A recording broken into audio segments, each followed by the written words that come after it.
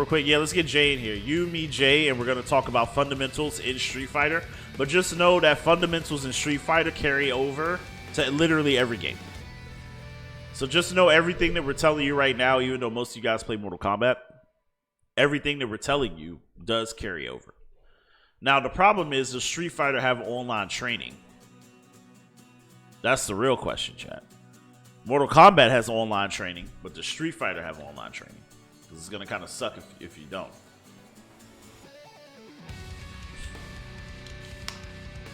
You playing Street Fighter now? But I've been playing Street Fighter since I was a kid, man. I just don't play it on stream because the netcode is garbage. But I play Street Fighter casually now from time to time. I play it very casually.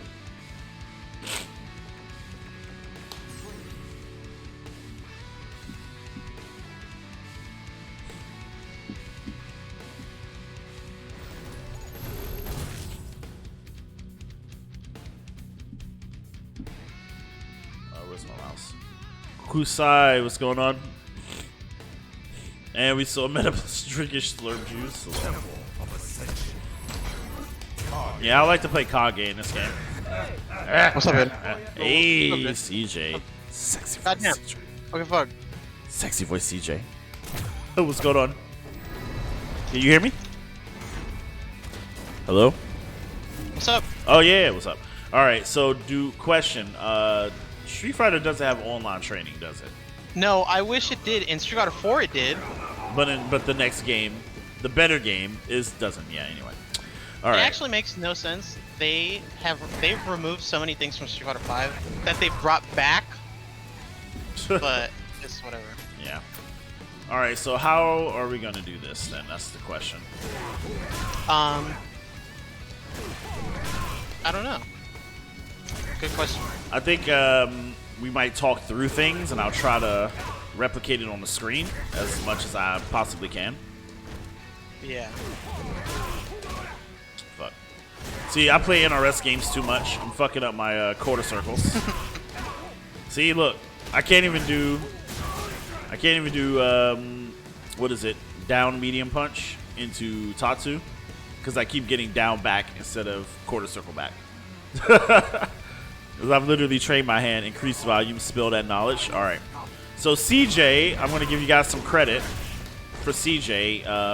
I do believe, what game was it, Street Fighter 4, that you placed really, really high at Evo? Or actually, you can actually introduce yourself and give everybody your credits, actually, so that people know that you know what you're talking about. Okay, so I've been playing fighting games at a competitive level since I was 13. And you know, I play top 64 at Evo and all this other shit, and I've went to locals constantly, and I've always put myself out there when it comes to fighting games. I love fighting games, and I like bringing other people into something that I like. It's something that I did for Meta. Meta is the reason. I'm the reason why Meta's even playing fighting games as we speak. Facts. Facts. He watched me literally play Siege for years, and all that time he kept telling me, if you don't like this shit, just play fighting games, bro. and it took me a good 2 years of streaming to finally take him up on that, and since then the channel's just blown up. So you know, I could buy Ultimate Street Fighter 4 real quick, actually. I know it's really cheap. I have that game on PC. You know what's funny? I've been meaning to buy it, actually. That's the thing. I love that game so much. I've been meaning to buy that, actually, for a minute, because everyone keeps saying how good it is, and it actually does look better. Yeah.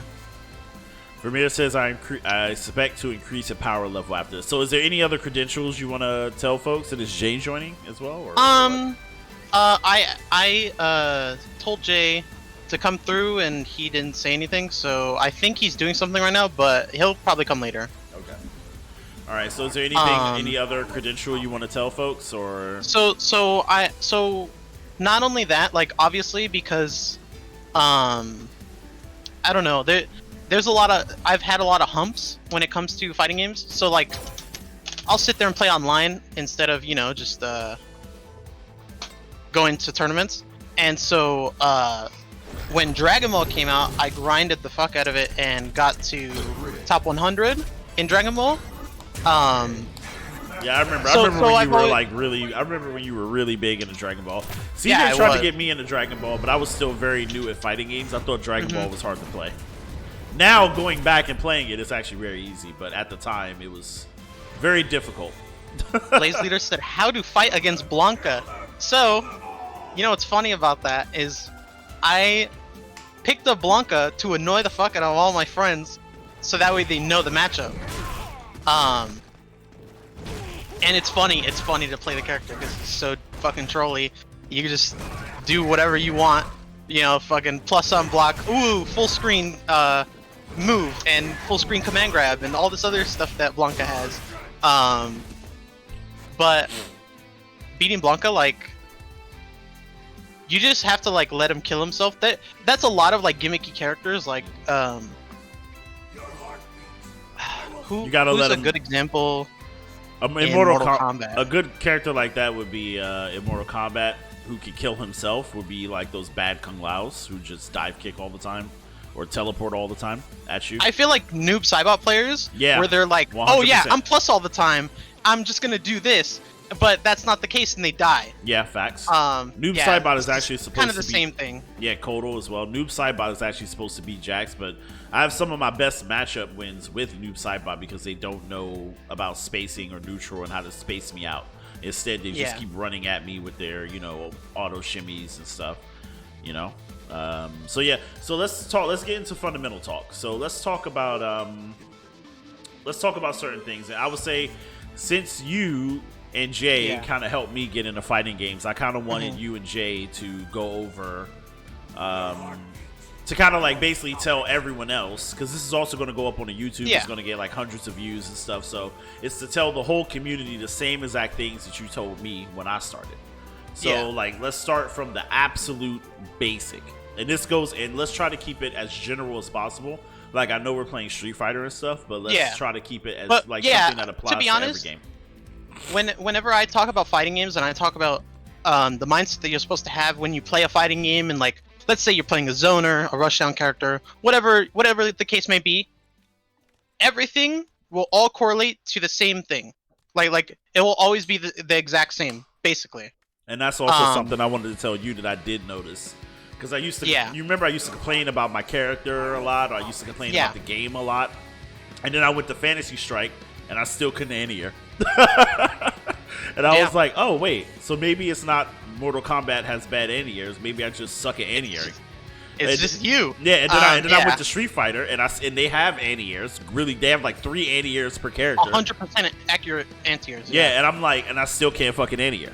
So I'm like, Yeah. that's when I started realizing, okay, it's not the game, it's me. You know? Yeah. So I would say that might be the first lesson, is understand that all fighting games are essentially the same. And if you suck at one, you suck at all of them. You know? Like, that's... Yeah. That's, Even 3D games, like, people say, oh, it's such a big difference. But you still have to know footsies. You still have to know your spacing. Yep. Ranges. Just things like that. Like, it's just super general.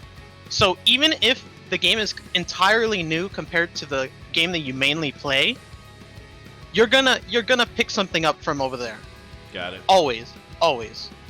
Got it. So let's start with the absolute most basic thing. Because like I said, we got a lot of new players.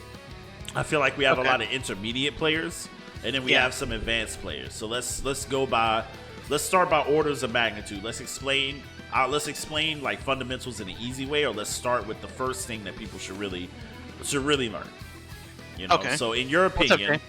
oh, Jay's in here. Let's go. So Mozzarella said he's pretty new. He's pretty new as well himself. So. Okay. Let's start with Jay, and Jay taught me a lot of things as well when I first started Mortal Kombat. But I would say, in my personal opinion, the first thing people need to do is execution practice before they do anything else. And the reason why I say that is because if you might not know your frame data, you might not know footsies or any of these other things. But at the very least, you need to make sure that if you want a DP, or in Mortal Kombat, if you want a combo to come out, that it comes out. You know what I mean? Mm-hmm. So, like, you remember when I first started playing Street Fighter, I couldn't even DP. You remember? Like, Yeah. in the combo, like, I couldn't even DP. And then I said, you know what? I'm going to stop practicing this combo, and I'm just going to do 100 DPs. And I lost all my viewers doing that, but after that, I haven't missed a DP since. You know? Like, is that something you would recommend to start with, or what would you recommend to start with, you guys? So when people pick up a fighting game and they're like, well, what character do I play? Whatever. It becomes this thing of, oh, the character is cool. All right, I'll mess around with this character. And so you play the character and you see like, oh, I'm playing Blanca. I think Blanca is cool. But you see that he has a charge move. Mm-hmm. A lot of people are going to be like, oh, well, I don't want to do charge moves. I'm just going to drop them. And then eventually, because they're not playing a character that they like, they drop the entire game. Mm. And so when I was younger and I was trying to get good at fighting games, I would sit there and practice execution, not just with my character, with the whole cast. Because if there was a character in another game or there was another time where I wanted to play another character, I want to know if I could do what you have to do with that character all the time. Mm-hmm. On command, basically. Yeah, and that's me, but I think that is important, and understanding what you want to do with the character is important. Mm-hmm. But it's like picking a character is so difficult within itself. I agree with that, definitely. Yeah, I can attest to that. I mean, after a year and some change of playing Mortal Kombat, I still only want to play Jax, even though I've literally labbed every other character and I've learned all this shit. For some reason, I find it very difficult to pick another character, even in Street Fighter, like Ken and Kage. Like, I know I should probably be playing Laura or G, or I should probably be looking into like maybe learning Guile, but for some reason, I don't know what it is. I just get stuck and fixated on like one or two characters in a fighting game, and I don't know why that is, you know? I think that's mainly like a lot of people don't like being put out of their comfort zone when it comes to fighting games, and even just video games in general, whatever, real life, anything. And so like the whole entire time I've played fighting games, always I play a rushdown character. I play Ken, I play Evil Ryu, whatever. And so I pick back up Street Fighter V and I start playing Sagat, zoning character. And obviously I don't play zoning characters, so I've always been it's really uncomfortable for me to play a zoning character, but I got used to it because I grinded. I sat in the lab, whatever. You do what you have to do to get good. You know what I mean? Like, and that's just dedication and sitting there and actually playing the game instead of just saying, "Oh, I want to do this," instead of doing it. So basically, it's the same as what we saw in those Core videos. You just gotta fucking sit your ass down and get it done. Now, Jay, I do know, or I remember, and you can correct me if I'm wrong, Bobby Dark Meat was good, bro. Jay, I remember you telling me that Mortal Kombat was your first fighter, right? But I would never believe that. Is that true? Yeah, I don't believe that that's your first fighter, bro. I don't know why you lying to me, bro. You're too good for that to be your first fighter. Like, honestly. Like, you played, like, I would say, like, when I played against CJ and I played against Jay, I don't really feel a difference. You know what I mean? Like, they both, like, pressure you. The inputs are on point. The execution is always on point. So, Jay, from a Mortal Kombat player, since most of the people in the chat play Mortal Kombat, what would be your advice, once again, from absolute beginner? You know, because a lot of new people in the community are, like, absolute beginners. Or, like, somewhat beginners. Do you agree with CJ that practicing execution is probably the first thing that you should work on? Yeah, I agree. I actually did that. I did that indirectly without thinking about it. Like, when I first hopped on MK, the only thing I practiced, when I did practice, was just combos. And I didn't really do that, like, with the state of mind of, oh yeah, I should go out of my way and get this done first and then move on to something else. I just did that because I wanted to learn combos. Like, got it. Jay was like, let me learn all the combos. So, Spaghetti Noob says executions, like buttons and timing. No, executions like practicing a move over and over so that it's muscle memory. So, for example, I'm not talking about doing a whole combo. I'm talking about just practicing, like for example in Street Fighter, like I said, just practicing light DP, for example. Just do this. That's 1 time. 2 times. Wait, wrong button. 3 times. 4 times. You know, and then you do that on each side. And I did that with Jax actually. When I first picked up Mortal Kombat, I did that with Jax for like a week. Where off stream, like after the stream, I would spend like another few hours just practicing like quad grab, making sure that I had it. Like if I needed to pull it out, and like you guys think like, oh, he pulled out quad grab in a match, he's so good. No, that's literally hours and hours of practice of me literally getting the timing down to muscle memory. So that like if I need it in a match and I need to do 35 to 50%, like if I need to do it, it gets done, you know? But I didn't know that that's what you were supposed to do. I actually did that like way behind. Like first I picked a character, I played online, lost 1,000 games, and then went back and learned execution. Like I did it completely out of order, you know? Let's see, I have 200 hours, but you switch through mains like crazy. Probably sticking with Shang though. I think it comes more to dedication, to want to be so good nobody stands a chance no matter what they do. Do you guys agree with that? It's not even about being so good nobody stands a chance. The thing about fighting games that I really like, so you play let's say you play an RPG, right? Mm-hmm. And you start off level 1, you don't know anything, you know, and in fighting games, you are leveling up yourself. You don't level up your character sees no progression, whatever. Your character stays the exact same every single time that you turn the game on.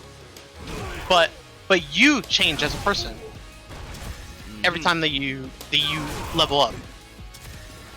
And that's the fun in fighting games, is leveling up, I feel. Because Big Jack, our friend Big Jack, is always saying, as he's known in the yes, chat. Yes. He's always like, wow, I wish there were more people on PC. I would be wanting to get better, because that's the fun part in the game, is getting better. He said it gets boring playing the same 2 people from NA, because that's all he can practice with. If there was crossplay, he could train and get better with everyone, and it wouldn't matter what console he's playing on, whatever, you know? Exactly. And Body said he got those apparently. He do got those. He got those in Street Fighter? Oh, he got those? Yeah, he's been playing Street Fighter. Yeah. Okay, all right. Yeah, Jay don't got those right now. Yeah, that's facts. I keep doing NRS inputs. Yeah, same. Look, I keep getting down back instead of quarter circle back. I have the same issue. Well, you want to know what's even more funny about that? I'm actually playing on a fight stick, so I should be getting quarter circle instead of down back. But I trained my hand to do down back instead of quarter circles. Anyway, yeah. So I would say now we talked about the absolute first thing that you should do. Practice your execution. I did that in Street Fighter, and I did notice, like, okay, when I got into a match, and I'm rookie level, right? I never really played rank in Street Fighter, right? So I just played casually. And I did notice that a lot of people jump, and that if I did not anti-air them, more often than not, I would lose. So I would say let's move into the next step. The next step from, okay, now you've practiced your execution. You learned your character, or you learned a few characters, and you made sure that you can get your moves out whenever you want. What would be the next step in the cycle, you would say? Jay and CJ. And CJ, you can start, and Jay, you can, go after. So I was thinking, even to start, I feel like more than just execution is important, because let's say you're playing Kotal, and you don't know where to throw out forward 2-4. Of course, a lot of people are going to be like, oh, you could just throw it out full screen, but that's definitely not the case. I agree. Jay plays the character, and he's like, oh, he's bottom 5, because if I whiff something, I actually lost. I lost the entire game. Yeah. So I feel like getting comfortable with the buttons that you have on your character, and actually that, and staying focused with the character that you're playing, because a lot of people, Papa Cap, he he will constantly switch characters, get mad, go back to the same character, pick another character, get mad, go back to the same character. And he tells me, oh, well, I have a short attention span. But the thing is, you can't have a short attention span, and you go into character select every single time you lose. Basically, it's not going to do anything. It's like not going to do anything for you. It's like you're stunting your own growth, basically. Exactly. It's like instead of growing with the character, so like that's the thing that I can attest with, right? Because I kind of had a character crisis myself. Where remember when I had that phase where I was saying Jax is not good and I should probably drop Jax, and then I picked up Sonya, and then I picked up Noob, and then I picked up a bunch of other characters, and I was still having the same issue, and then I came back to Jax. And I said, let me take the time to lab and figure this out. And then once I really like stuck with him, I started understanding, wait a minute, no, he's actually really strong. If I know that at this range I can do this, and then like you said, like knowing what you can do where. And I'm gonna say I think that ties into why it's difficult to pick up a character, because when you pick up a new character, you have to do that whole learning process over again of like okay, now I'm playing, like right now I'm trying to pick up Scorpion as a secondary, right? But now I'm like, shit, where do I pull out back 1-4? When is it a good idea to teleport? When is it a good idea to TP cancel? Like, you know, it's like these questions I can only learn them by getting my ass whooped, right? You know, but But then it's like, kind of like, but man, I'm good at Jax, and I don't want to get my ass whooped, because if people go to, you know, and then you have this ego thing that plays in your mind. It's like, but damn, if I lose this, now I need to switch to Jax and show that I can whoop his ass, and then I'll go back and, you know, it's like, that's like the hard part. You know what I mean? If that makes any sense. So I would say, so basically what you're saying is stick with your character. Once you get past execution, pick your main, stick with your main, get good with your main. And by get good, that means basically, like, for example, Kage. Like, I have a hard time playing. I love playing Kage, but, like, I remember saying I was going to drop Kage, but now I don't think I am, because it's the same issue. Like, Kage has, I feel like, really stubby, you know, like, he's very stubby, you know? Every Shadow is stubby, yeah. But, you know, Daigo plays him no problem. And Daigo's able to basically pressure from full screen, mid screen, close screen. Like, people respect his options everywhere on the map. And I'm like, how is he able to get people to respect him if he can't even fucking reach past here? You know what I mean? But Daigo understands, like you said, he took the time to play the character a lot, learn the ranges, learn what he could do where, you know? And he basically turned Kage from, a bottom-tier character to a somewhat high-tier character just by exploring the character on his stream. He used to be, like, super mid-tier, and now he's, like, top 20, I'd say. Yeah. Jay, because people like Sakonoko and Daigo. Yeah. So Jay, what's your opinion on this? I also agree with CJ. Like, I'm a good example of that. Like, I don't play Garrus as much as I used to, but if you look at my online matches, I still have, like, by far the most matches with Garrus. That's because I stuck with him as my first main for a long time. Yeah. Spaghetti Noob said, hey, when you asked Johan for advice, he told me to ask everyone for the advantages, disadvantages of keyboard and controller. I don't think your control device matters. I think that's well, CJ, you pros could tell me, because CJ's like a legitimate pro here. So you tell me. So I went through controllers, right? I've played on pad, I've played on stick, and there are easier things to do on, let's say, a pad or a keyboard or a stick, whatever. But it all comes down to, I like using a stick, or I like using a pad, or preference. What's that guy? Zomic, doesn't he play on keyboard? Yeah. Oh. Yeah, Zomic plays on keyboard. What happened to Zomic? I don't know. I think he might have quit, but yeah, he used to play on keyboard. But yeah, he played on keyboard, and he played just fine. Something like the hitbox, which was going to get banned, of how good is it? So the thing they're not banning the hitbox anymore. They're not banned. So the thing about a hitbox is the regular hitbox is fine, but those like crazy cross-up hitbox. Yeah, there are people with extra macro buttons so that way you can do things that break the game. Yeah. That's literally unfair. That's actually cheating. Yeah. But just a hitbox. Yeah, just a regular one is all It's good. fine because it's the same thing as like a pad. It's the exact same. So me and CJ are stick boys, but CJ likes to play on pad too. I can't stand it. Last time I played a fighting game on pad was Street Fighter Alpha 3 back in the 90s. And I used to play it so much I got blisters, and that was around the time that I had stopped going to the arcades because I had a job at the FCC. And there's a whole story about that, but my mom like took all my money from that job, so I couldn't fucking go anywhere anyway. So basically, the only game I had on PlayStation, the original PlayStation, the only game I did have was Street Fighter Alpha 3. And I played the fuck out of it till I had blisters on my hand. And that's part of the reason why I don't like controllers, is because I miss going to the arcade and playing with the big buttons and the stick. So when I did come back to fighting games and I tried to play on controller again, I actually started getting blisters on my hand again.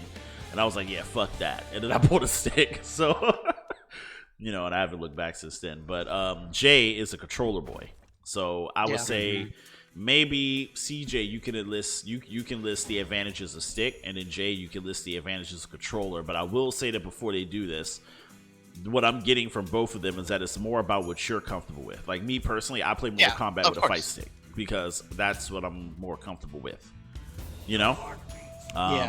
You know, it's more about what you're comfortable with. If you grew up playing on controller, then just keep playing on controller. Like there's no reason to switch. That's fact. You know, if you grew up playing in the arcades, then buy a stick or a controller, whichever one you feel most comfortable with. But CJ, you can start with the advantages of stick, and then after that, Jay, you can get into the advantages of controller over stick. So when I play Mortal Kombat, I play it on stick because I play everything on stick. I play every fighting game on stick. Doesn't matter to me.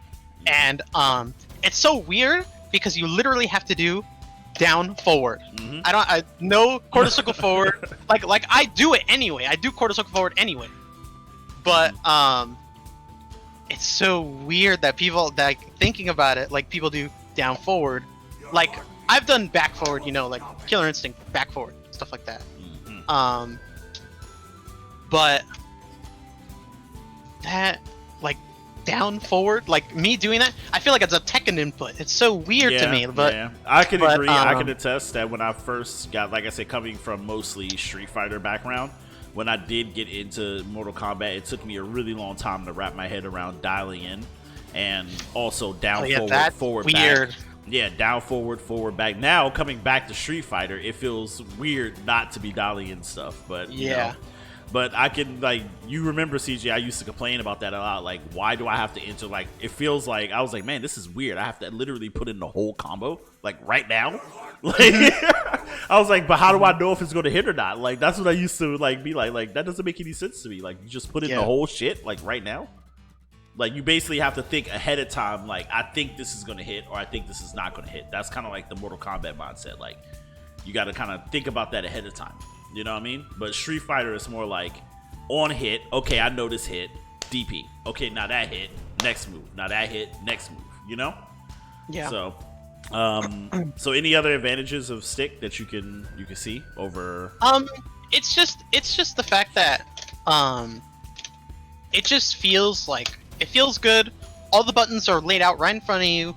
So a lot of like controller players, they use shortcuts. You know, like they use the 3-punch shortcut and like throw and stuff like that, and like flip stands. Even on stick, you have to use that. You know, because the block button and stuff like that. Yep.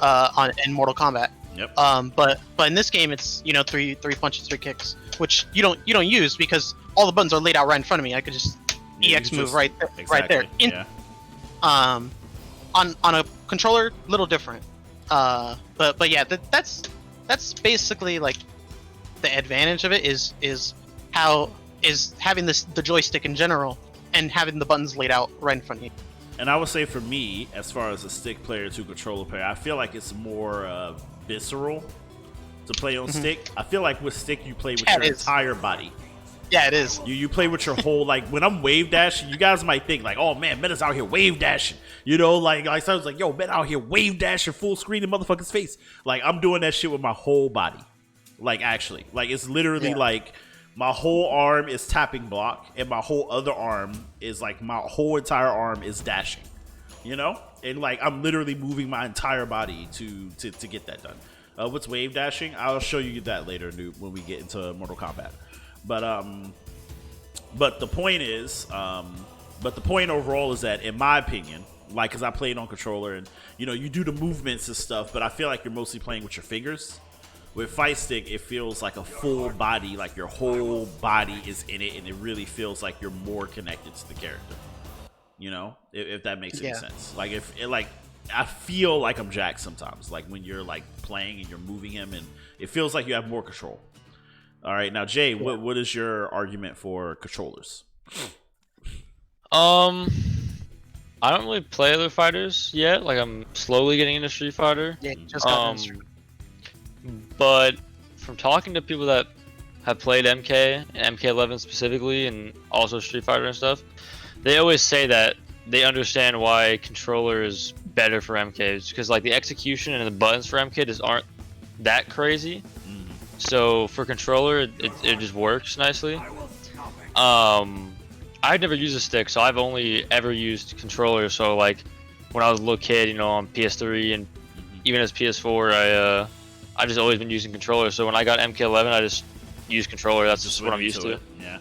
But that's why I'm asking you, because it's like you're like what you're kind of like the Japanese developers had a roundtable where they were basically saying that they might have to start making their new games for more controller friendly. You know, like the new Street Fighter, new anime fighters are gonna have to start being more controller friendly, because most people now have grown up not in the arcades like me and CJ did, but have grown up playing PlayStation 2, PlayStation 3, PlayStation 4. You know what I mean? So or Xbox or whatever. So like from your perspective, it doesn't matter like if you've never played a stick. Like I want to know specifically from your perspective, like what makes the controller good for you? Like how does it feel? Like or is it just like, you know, it's just like fuck it, this is just what I use to play games. Like, you know. It's partly just what I use to play games, because like I said, I grew up with this, so I'm just naturally used to it. You know, it's almost become second nature because I've been playing games on it for so long.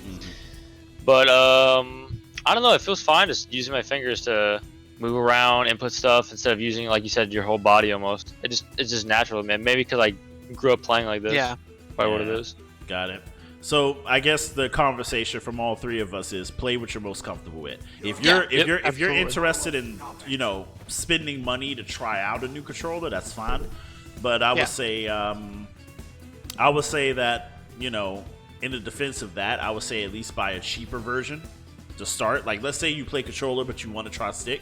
There are cheap fight sticks out there, like $50, $40, $30. There's a $20 kit that I actually bought. Let me see if I can show you. I just replaced. I took out all those razor buttons that were glued down, CJ, and I put a $20 kit inside of the razor. Soldered down. Yeah, they were all soldered down. Like, what the fuck was that? I know. Shit? Yeah, I was like, bruh, I spent $200 on this stick. You telling me I can't even repair it? That's bullshit. Anyway, I put a bunch of new parts in the razor. Oh, okay. So that's cool. You can see it on the stream right here.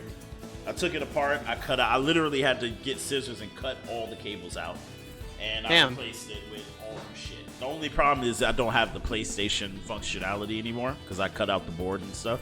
Okay. But I put a different board. I put like a Raspberry Pi board in there.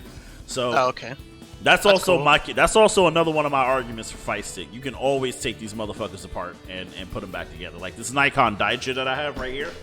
You can just pop it open right here. Yeah, and everything's there. Yeah, everything's I right like here. that. Yeah, I like that. Everything's right here.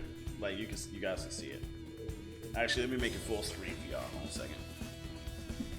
That's one of my arguments for stick personally, is that you can just always take that shit apart. Here it is. You can just open it up. If something go wrong, like I actually took the stick from the Razer Panthera Evo and I put it in here the other day. That's cool. Yeah, it was glued down actually, believe it or not.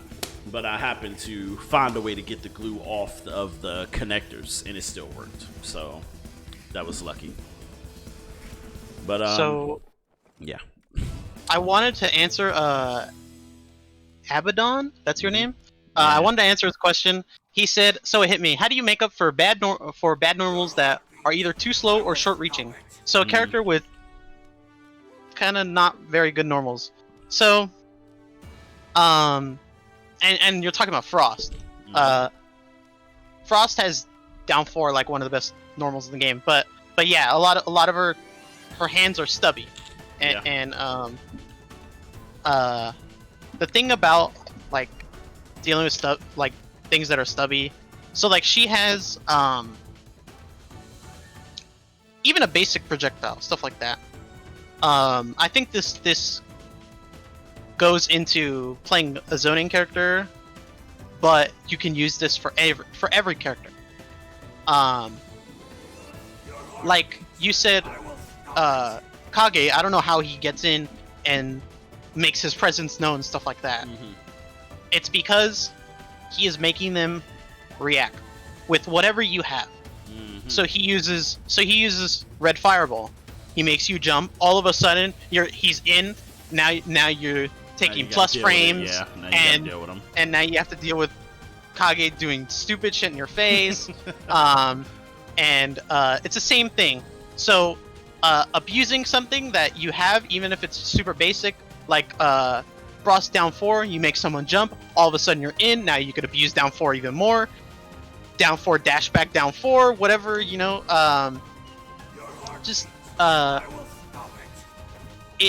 You have to get creative and play against the person that you're playing against, not the game. You know what I mean?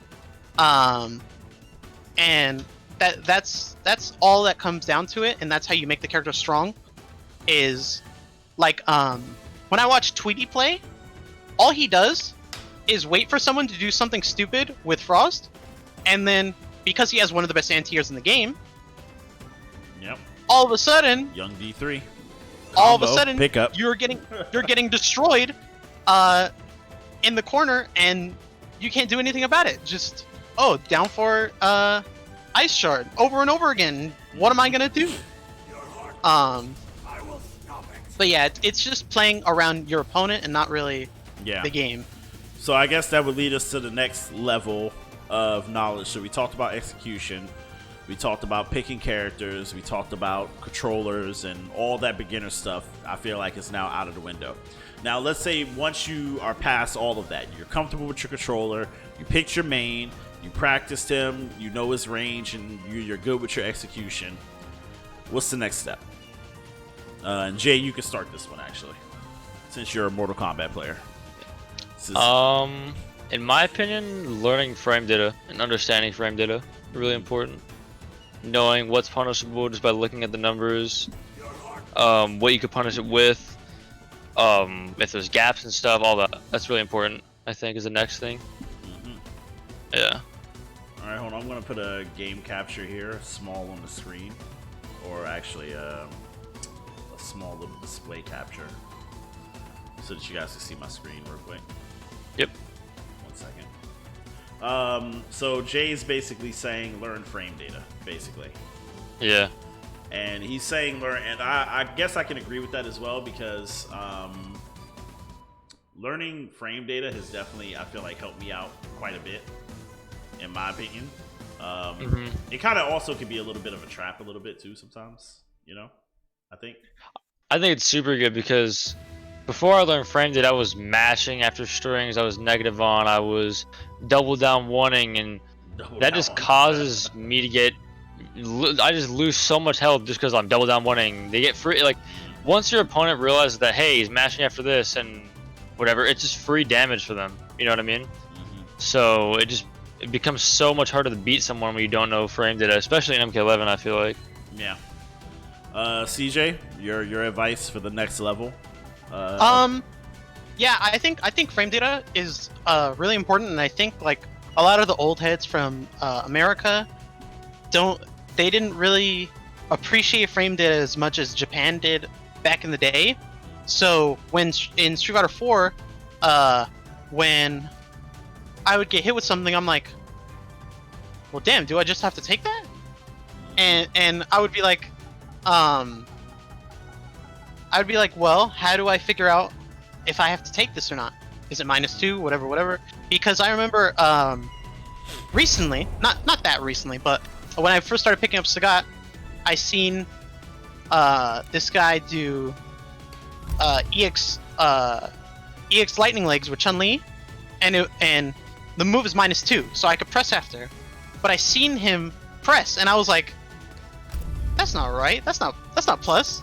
That's not real. And so I make it a habit to look on it and understand a little bit of everything about every single character because I need to. You know what I mean? And yeah, I think that's important. I think that's very important. A lot of people. Is that the reason why you laughed at me when after a year of playing this game, I finally did a lab session with every character? Yeah. A lot of the older players didn't look at it like that. They didn't look at it like, oh, I need to know this frame data. We just played. Yeah, we just played. That's like, minus. Yeah. Oh, it's minus if I can punish it. Stuff like that. But we didn't know. I didn't know what -6 was or whatever. I didn't know that I had a 4-frame jab or anything like that. I didn't know any of that. But as I've gotten older, I've taken more into appreciation frame data. So yeah, that's really important. All right. So basically, once you learn your character, once you pick your character, practice execution, understand your ranges, the next thing to do is to basically not only just learn the frame data of your character, but learn the frame data of everyone. And Great Khan told me the same thing as well when I first started playing. And to me, it sounded like a lot of work. But when I finally got around to doing it, I realized, like, because once again, a lot of us are grown. A lot of us have jobs or kids or responsibilities. And it all sounds like a lot of work, right? But if I had done this from the beginning, it probably would have all of this would have taken me a week. Realistically. Yeah. A week of maybe 4 hours a day. Like, it's not even that much when you think about it. Like, that's what was crazy. Like, I put it off. Like, and I'm saying this from my perspective as someone who's like, oh, I'm so busy, I don't got time, crap, you know? Like, I put that shit off for a year. I lost thousands of matches for a year. Matches that I probably shouldn't have lost. And I got unnecessarily tilted, unnecessarily salty. Like, a lot of unnecessary emotions were felt. You know what I mean? Yeah. And basically, I feel like had I had just taken a week when I first started playing the game, if I wasn't like, as a streamer, I was so focused on like, oh, I'm getting views, people want to watch me play, let me just play, you know? And it's like, if I had just taken the time to say, no, let me just sit down, practice some execution, make sure I got it, practice my character, look at the, do the tutorial. Like, I didn't even do the tutorial until I tried to teach Queen Meta how to play the game, and I realized, wait a minute, I didn't even do the tutorial myself, you know? Like, so I ended up doing it with her. There was a time where in France we had like internet blackout for like 3 weeks, and so that's when I actually took the time to do the tutorial, you know? So yeah, so long story short, I would say for all the new players who are here, definitely take the time to do what you guys see me do at the start of every stream, which is come in, practice a setup. You don't have to do it for hours. You could just do it a few minutes every day until you're until you're comfortable. Like, you don't have to like do like long 8-hour training sessions like I did. I just did that because I'm a streamer or whatever. But if I was like, working normally, had a job or whatever, I'd probably come in like an hour or two a day, practice a setup, practice whatever, play a couple online games. And you can get better that way, you don't have to like commit your whole life to getting better. It's kind of, I would say it's equivalent to picking up guitar, right? Like when I used to play guitar, years ago, I would practice for a minimum 15 minutes a day. Just 15 minutes. Just do your scale run through. Yeah. Do your pick sweeps. Just little things that you could just practice 15 minutes every day. And then when I finally did a performance, I was surprised at how I was able to actually play and play well in front of a large amount of people with only just doing like basic practice for 15 minutes a day for like a month or two. So it's kind of the same thing. So now that we moved on from frame data, I would say now let's get into the actual fundamentals, because all of that stuff was just kind of like getting started stuff, if that makes any sense. I want to answer Vermeer's. He said, what's the easiest way to apply the frame data? So Meta sat there and learned what was going on with every single character. Everyone has a different way of doing it. The way I did it to get used to understanding frame data is I'll play online, and let's say I don't know anything about a character, and I get absolutely shit on. I don't know what's going on. I get destroyed. Nothing like I didn't know what was going on. I thought everything was plus. I didn't know what was going on. I didn't know if there was a gap. I didn't know, like anything. I didn't know anything, and I get destroyed. So instead of getting mad, saying, "Oh, this character's broken," screaming, "Oh, I'm gonna pick up Sub-Zero and mix them all day," yeah, Papa Cat 48 TV. I'm gonna pick up Sub-Zero and mash. Instead of doing that, I would go to training mode and see what I was getting hit by. That's probably the easiest way of applying frame data, is because now that you got destroyed by that guy, it like scars you, because it's like, I'm never getting hit with this ever again, because this guy was a retard. He was not good. He was not good at the game, and now every time I fight this guy, I'm gonna beat him because I know what he was doing. That's like is you create the anger that you had from losing and change it into something good. Dude, that's how I learned the game. That's how I learned MK. That's how I learned matchups and stuff. I just played online. Cause like, I don't know, it's kind of, in my opinion, like, just for me personally, like, it's off-putting to like know that I have to get on and just lab. So I like to get on and play, and then whenever I would lose or whenever I would not understand something, I would just lab it after the match. That way I can get on and play, have fun, and also learn at the same time. You know, that's a good idea, because that's also something that when I watch other fighting game streamers, I see them do a lot. Like Sonic Fox, he just gets on the lab and he just labs, right? But that's his way, you know what I mean? But then I'll see someone like Daigo, for instance. Daigo will play a bunch of ranked matches. He'll see a situation that he doesn't know, and he'll be like, okay, let's hit the lab, guys. And then he'll literally lab that one situation until he completely understands it, and he says, okay, now let's go back online, you know? I think Brian F kind of does a similar thing. Who else? Smug does that as well. Like, they'll play, lab, play. I also learned that from Magic T as well. Magic T will do the same thing. Like, he'll play a game, whether he wins or loses. If he sees a situation he's unfamiliar with, he'll say, okay, let me hit the lab, let me figure it out. He figures it out, and he says, okay, back to ranked, you know? Blaze say he does that as well. Anybody that destroys you on Steam and asks them for advice. When I first started playing online and went into practice, whenever you lost and labbed the character you lost to and what you lost to, and after you had combos and answers. I do agree that it also becomes a bit less overwhelming that way to... Yeah, exactly. It stops, and when I started applying that myself, I also saw like, oh, okay.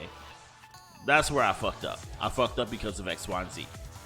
You know? Like, it makes sense. It makes the game make sense, and then after a while, you do that enough times, you start to realize, and this is a very interesting revelation I had after labbing, is that I was like, are fighting games really just real-time puzzle games? Think about it. Yeah. Really, technically, you're playing chess. You're playing chess. You're literally playing real-time chess. You Yeah. know? Like, that's like, kind of like the way, it's like a real-time puzzle / strategy game, because your opponent throws you a question, you have to answer it. And you have to know the right answer. And if you know the right answer, you win that particular engagement. And whoever wins the most engagements wins the match. You know what I mean? Absolutely, yep. Exactly. Vermeer says genius really like solving a math problem and moving on to the next instead of trying to figure out everything in one go. Yep. Exactly. Yep. Do you think frame and data is more important than matchup knowledge? I think. Okay, go ahead. I think frame data goes within matchup knowledge. Yeah. Because if I don't know anything about the character's frame data, that means I don't know anything about the character. If I knew, that would kind of make no sense. Let's say I play the character and I don't know anything about their frame data, I wouldn't be winning with that character. You know what I mean? Like I wouldn't know. I'd be pressing after -2, stuff like that, and get it blown up every time, stuff like that.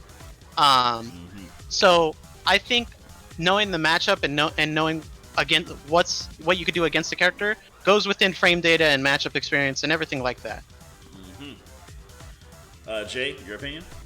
Yeah, I agree. I was gonna say that exact same thing. They tie in together. If you can't really know a matchup until you know the frame data. Yep. You know, I would even go as far ties just together. to be. I would even go as far just to be expressly clear that frame data is matchup knowledge. Like, Yeah, it is. there is no Yeah. difference. I could see that. And the Yep. reason why I say that is because in the tech locker that I have in a Discord, by learning the frame data of certain things, when you go into a match, you now know, like, for example, learning the frame data of Jade's when she does the back jump air razors. If you know the frame data of those things, you know that you should not be blocking them, you know? Because if you block Yep. them, you make her plus, if you block any of her projectiles, you make her, like, plus 15 or some shit, you know? Yeah. Like it's ridiculous how plus she gets if you block any of her projectiles. But if you don't block them, she becomes minus 15.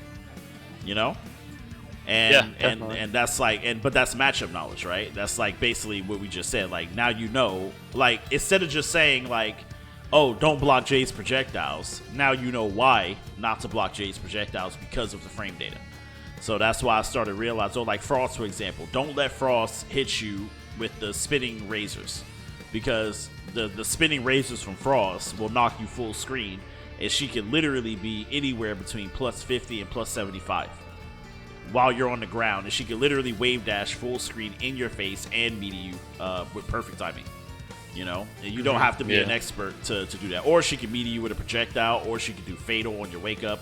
She can do anything she wants, you know, because she's literally so plus, you know. So it's kind of like that situation where and that's why I would say that instead of saying frame data ties in with matchup, I think we should start telling people that frame data is matchup knowledge, and that way people won't be so intimidated by frame data. And that leads me to my next question: frame data is intimidating. Yeah, it definitely is, for sure. Like Street Fighter frame data table, bruh.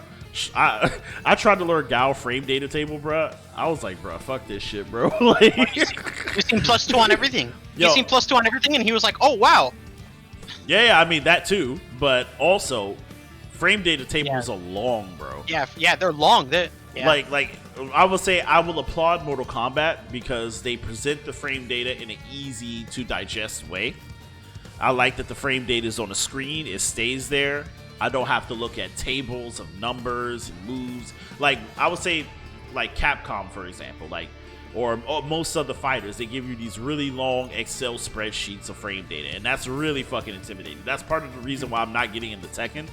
That's part of the reason why I play Street Fighter casually, is because I'm just intimidated to have to sit down and study fucking Excel spreadsheets of frame data. But I would say this: what, in your opinion, makes frame data less intimidating for you to learn? Because it is a necessity to learn it to play these games and have fun. But what makes it less intimidating? Well, frame data is intimidating in MK2. It was. I just fucking sucked it up and did it. But yeah. Anyway, Jay, for you, since you're the newer player, what made frame data the least intimidating for you to learn? Why do I still have eyebrows? I shaved my beard, chat. Do you guys not see the fucking porn stash? All right. All right, Jay, go ahead. I'm sorry.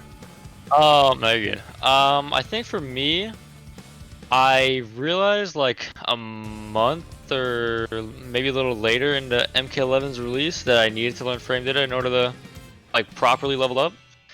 And I tried going in the lab and just figuring it out myself, because I didn't really like when I first started playing MK, I didn't really have anyone to play with. So I was trying to just learn everything myself.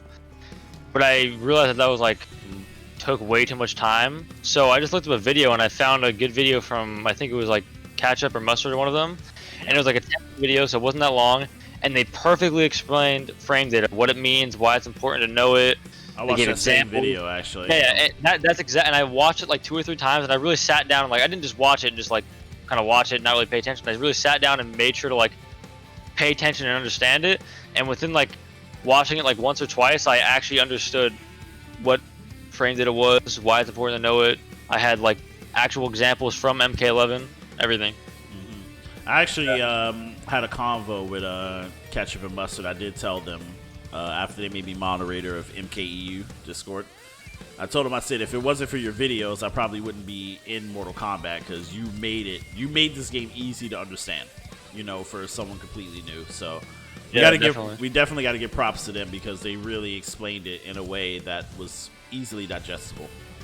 But CJ, since you're the OG fighting game player, how do you make frame data less intimidating? Because I know you probably love frame data, right? Like you probably love studying the tables and shit. But like, yeah, when I was younger and I didn't really care about frame data and stuff like that, and like, even Jay has told me like, oh, I played MKX and like, I didn't have to know frame data. I just made people guess all the time. I did armored command grab and all this other stupid stuff that was in the game.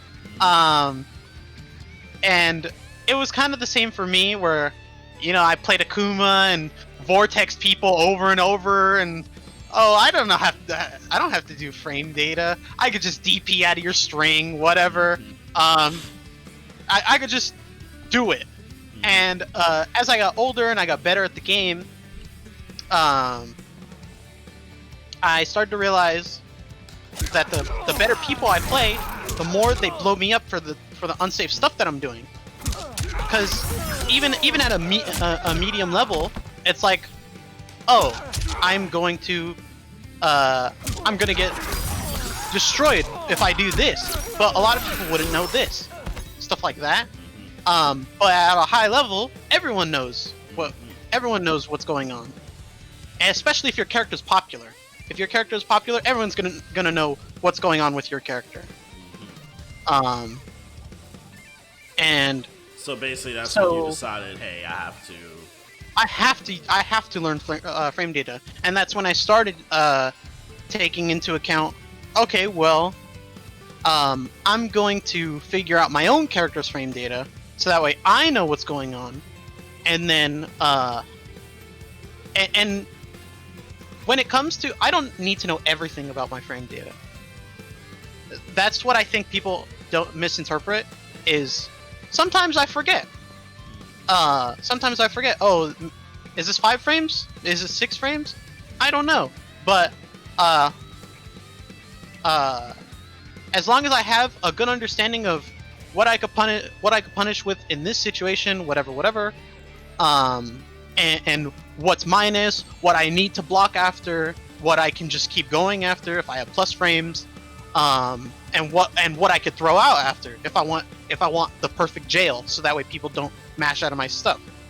You know what I mean?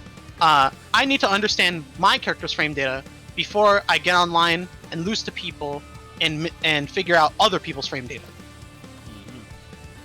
Got it. And I think that goes within what we were saying, how understand your character and get good with just your character. Otherwise, you're gonna have to be paying attention to so much more, and then it gets intimidating because now I know like the entire cast frame data when I don't need to know that. I just need to know what's important to me. Got it. Yeah. Okay, so I think that's very interesting. So basically, if I can sum up what you guys are saying, frame data is very important to know how to properly play a fighting game, or how to at least get to a point where you're having fun playing a fighting game.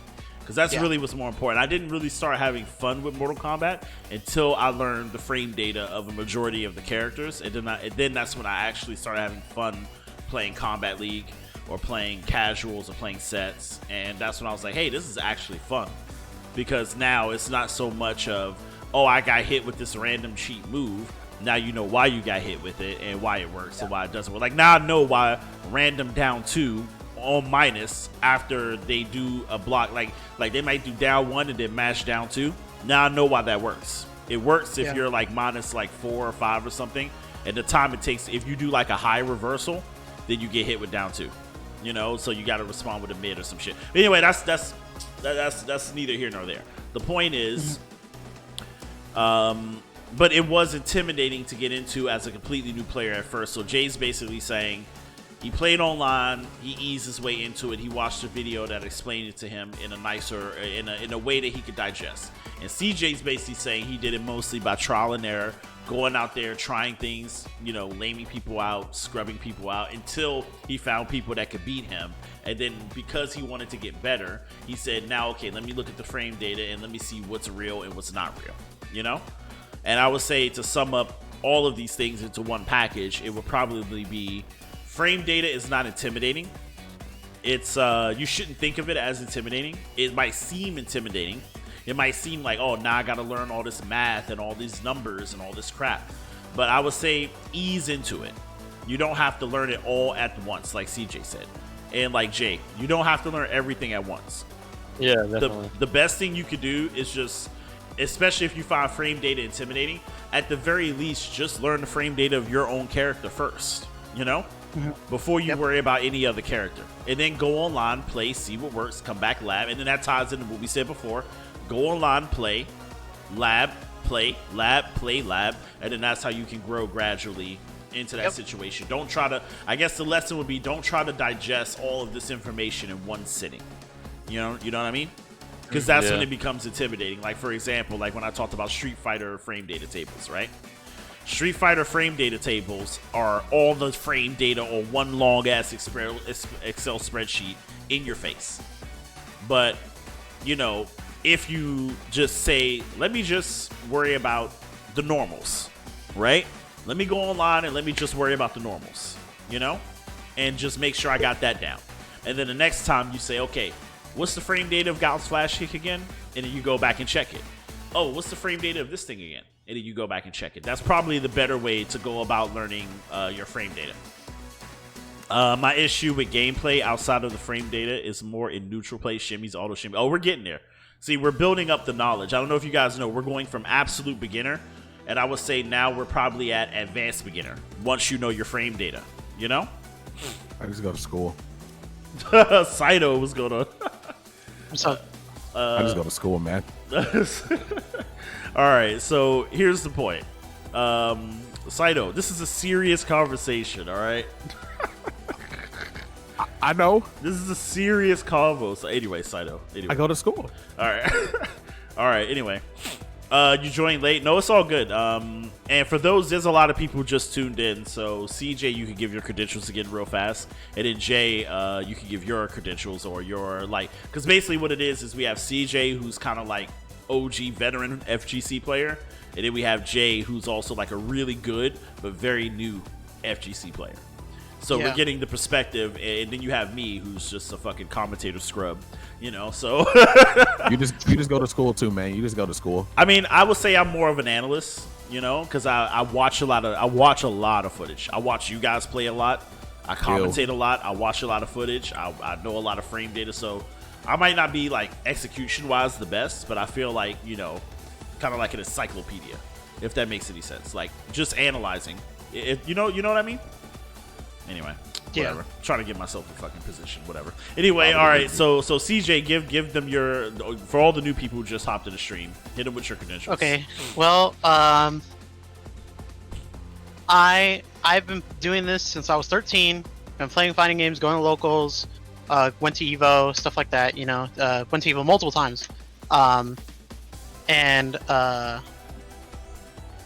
be honest, like my placings don't matter. It doesn't matter. You know, top 64. That doesn't matter. The only thing is that I've been doing this for a long time, and I've been sitting here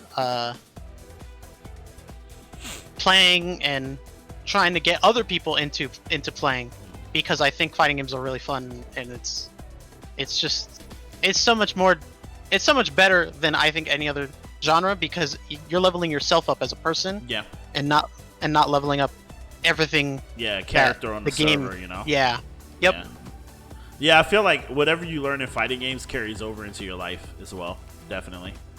You learn real world skills, you know. So I would say now let's move into, now that we're done with, I would say, absolute beginner stuff, let's move into advanced beginner / intermediate stuff. And now I think that's where neutral, shimmies, anti-airs, air-to-airs, all the technical stuff, combos, when the combo reads, that's kind of like where that comes in. And after we talk about this, now we're going to move into the realm of advanced / expert, and I know nothing about that. That's going to be all you and Jay right there. Because like I said, I played against Jay last night, and there were some reads that this man made, and I'm just sitting here looking like this man. All right, let me tell you what Jay did, right? So I'm in the corner. Jay's mashing on me as usual. All right, so I'm getting wrecked. I'm getting wrecked in the corner. But I hit Jay, I think, what was it, a forward 3-3 stagger. and he micro ducks immediately after he gets hit because I go for a grab right after, and then he does like a micro duck. I didn't even see the duck. That's how fast it went. Like, he literally ducked so fast that I didn't even see it. And then he punished me and killed me with like a 40% combo. And I'm like, bruh, how did you know I was going to grab you there? Because, like, I mean, after 4-3-3, I could do anything, right?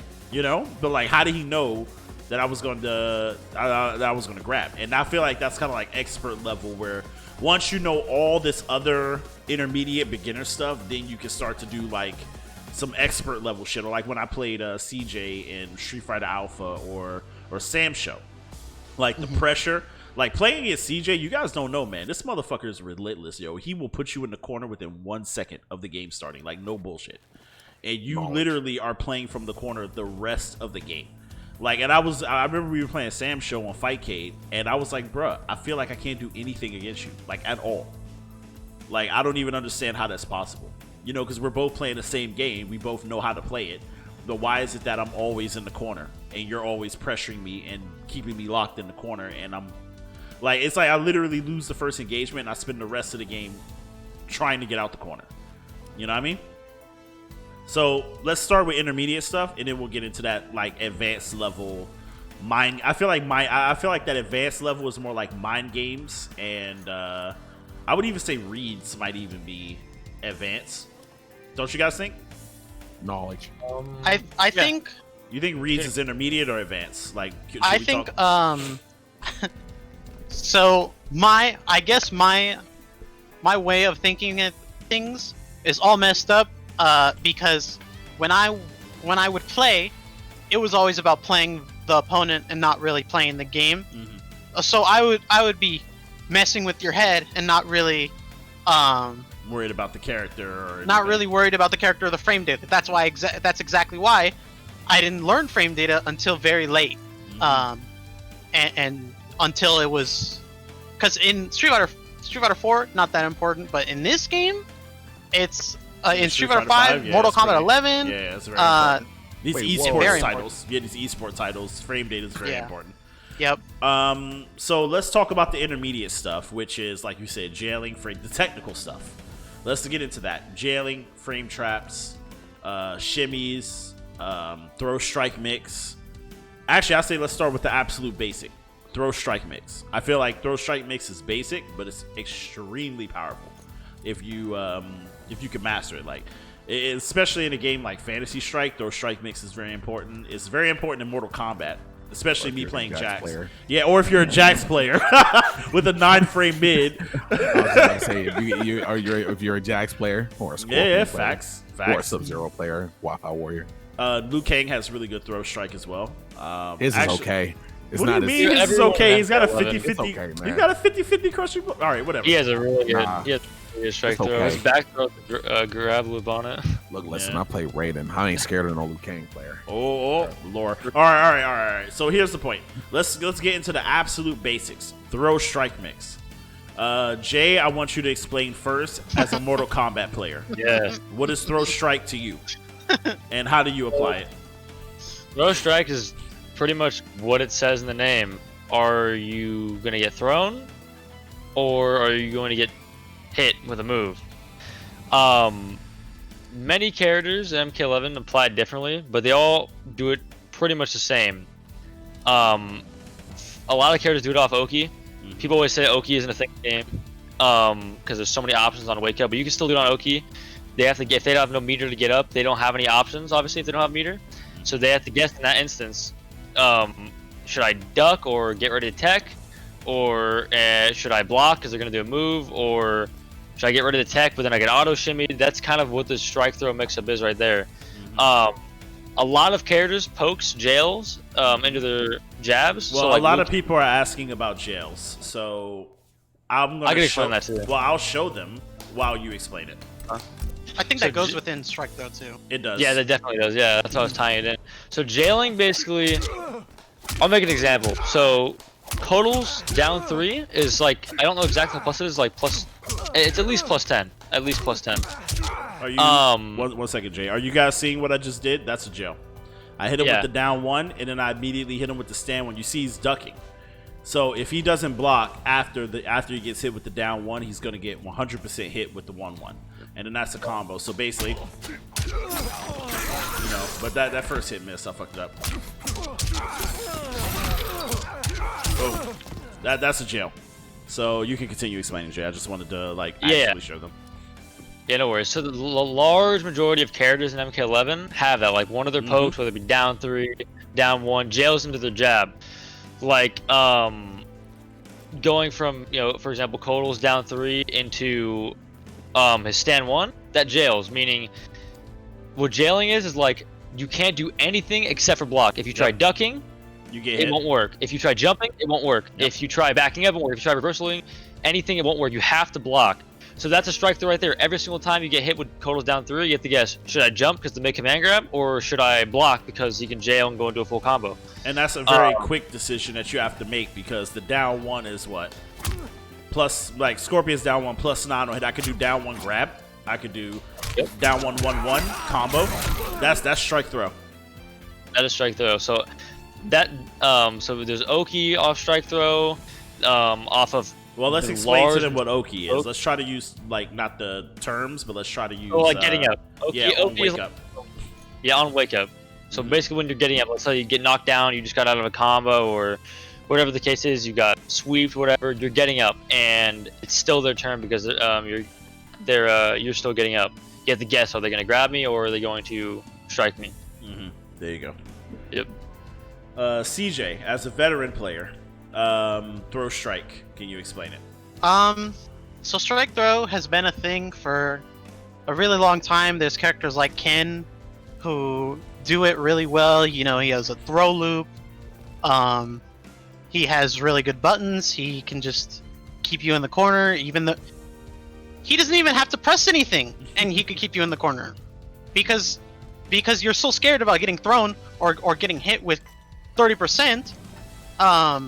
That you're just like, well, all I can do is sit here, and if you jump, you get DP'd, and then all of a sudden I'm back in the corner, and it's even worse now.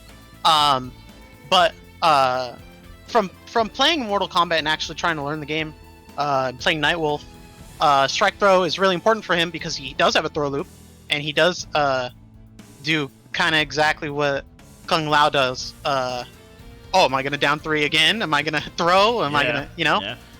That's a perfect example. When I played Jay in that tournament the other day, he waved dash at me, and I was like, all right, I'm going to read a throw. And he hit me with the strike, and I died. And I was like, fuck. Yep. Yeah, facts. That was Stop tough. losing. Yeah, facts. I'm sorry, continue, CJ.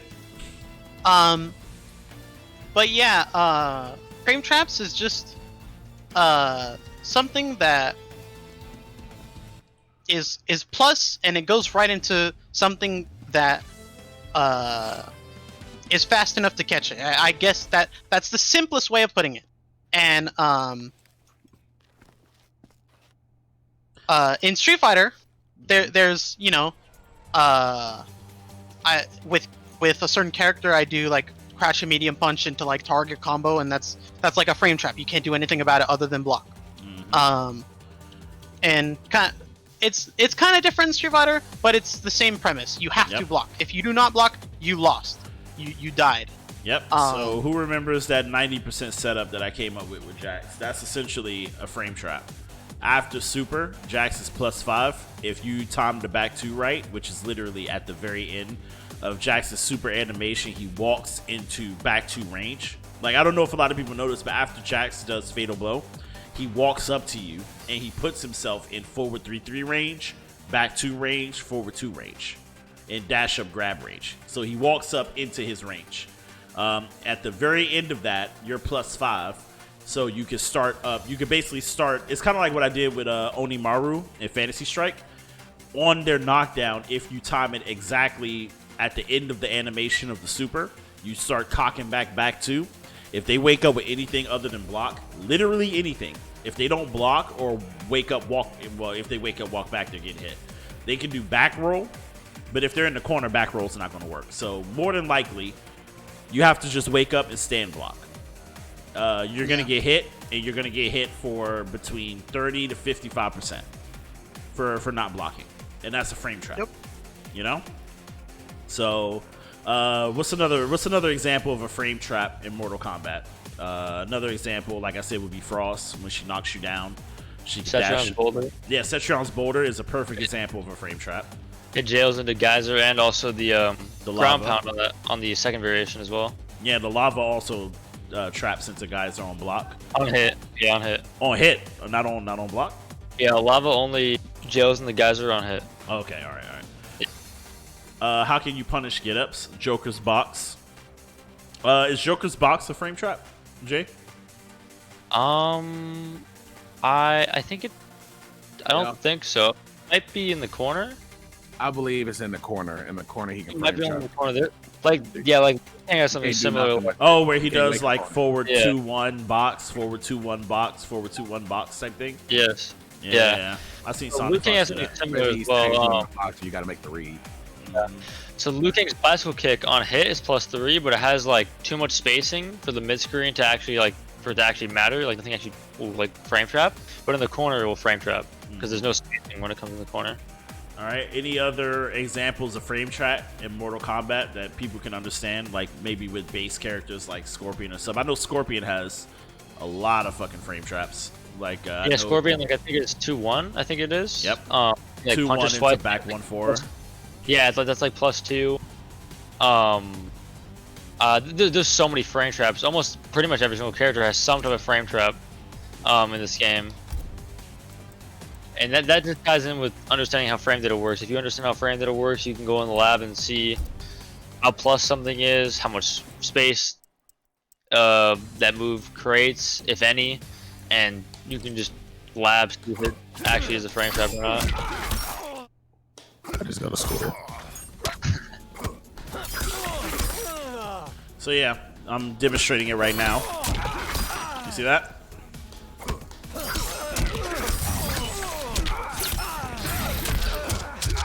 The hard knockdown, plus enough as well that you get the Oki as well. All of that is a frame trap, by the way. You hit him with the 2, you get the plus frames, and you hit him with the back 1-4, full combo, hard knockdown with the 1-1-2, you're +30. With Scorpion, you knock someone down with 1-1-2, you're +30. Which basically means if you stay in their face, you can basically, meaty them perfectly. And I think even if you do delayed wake up with Scorpion, if you do short delayed wake up, he can whiff a forward 3 and then get another forward 3 in, which will meaty, I think, like medium and long delays. Or he could do forward 3 and then you wake up and then he can figure out what he's gonna do. But basically, all of these things are kind of frame traps. So you find yourself continuously getting knocked down and getting rolled by a Scorpion or a lot of these characters because of they're using frame traps on you. You know what I mean? Why Bully Boom said. So now that we talked about frame traps, we talked about jailing, we talked about throw strike. I think now we can start talking about neutral and shimmies. Because they hear like me and Thamer and Saito be like, oh, he got shimmied, what the fuck? Oh, you let yourself get shimmied? Hyping it up. Just demonstrated one too. Yeah, we actually just I just showed y'all what a shimmy was. Actually, that was a shimmy. But CJ, OG, fighting game player, you explain to us what a shimmy is, because shimmies actually come from Street Fighter, I believe, right? That's like a Street Fighter term. So, shimmying is it's something that I didn't really start to do until I realized, oh, people are actually just stubborn and they're just gonna mash through everything that I'm doing, and they don't care, And sure, there's cases where it's a frame trap and oh, now I get a hit, but that doesn't really matter all the time. If I want to go for something strike throw or something like that, I'm gonna get hit, and so that's where shimmying comes in, and you being able to make someone whiff because they think that you're going for something, but actually you want them to think. Basically, it's kind of a mind game, if that makes any sense.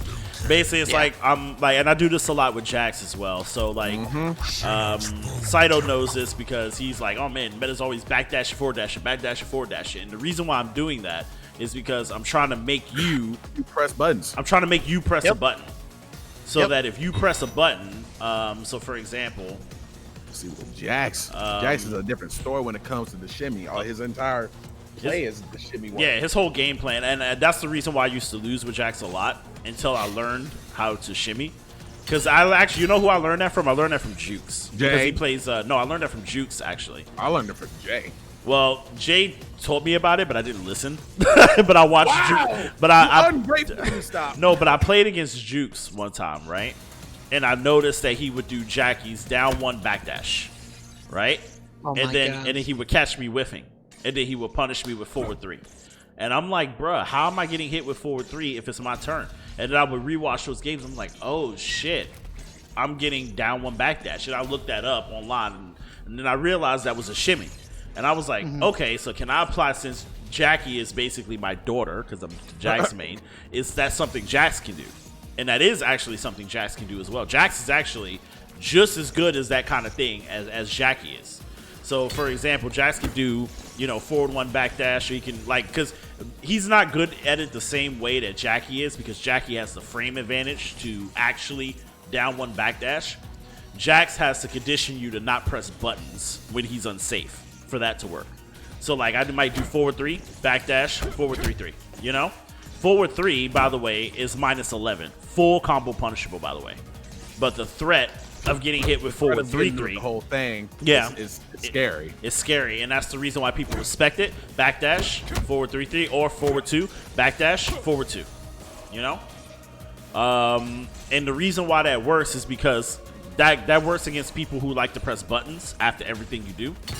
That works against people who might not have as fast reactions.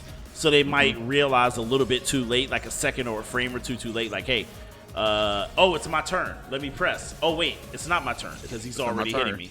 You know? You know? I feel you on that. Yeah, so I would say, Jay, from a Mortal Kombat player, how would you explain the shimmies in a more Mortal Kombat way for people here? Shimmying is using your movement and how you've conditioned your opponent to make them whiff. That's how I would explain it. So if you, for example, if you've, like, I don't know, dash up, grab them a lot, or you dashed up and done specific, like, 1 or 2 moves, they're going to be expecting you to do that a lot when you're in neutral and you dash up to them. But if you, this time, instead of doing one of those, you dash up and then backdash, and maybe they try beating you out with buttons, you just made them whiff. That's how I'd explain it. That's a good example. That's a flawless explanation. All right, there. so there you go.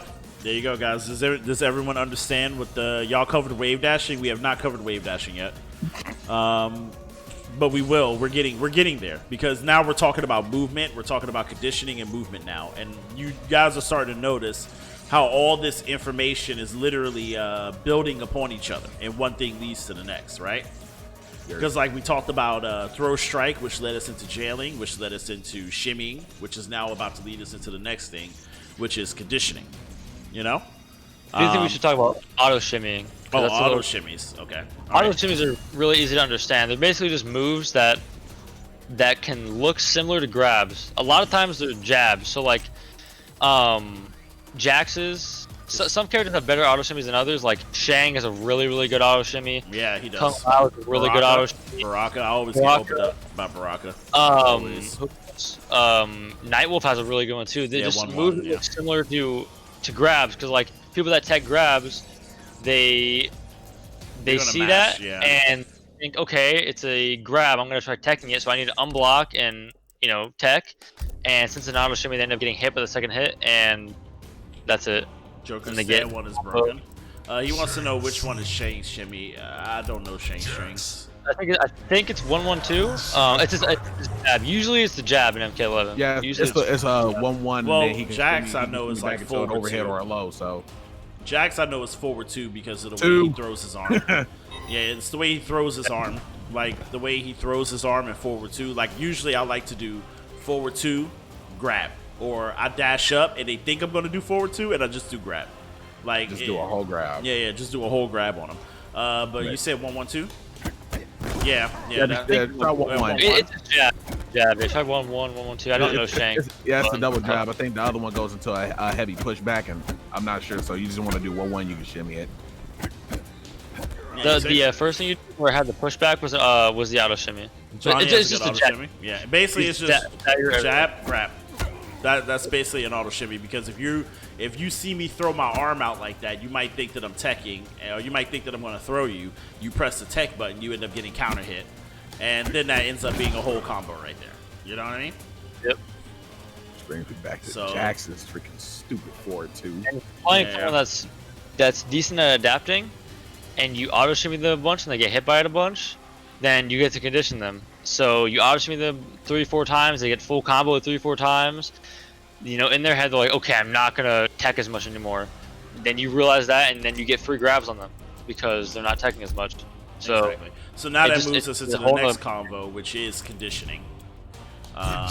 So I would say, CJ, can you explain to us what your idea of conditioning is?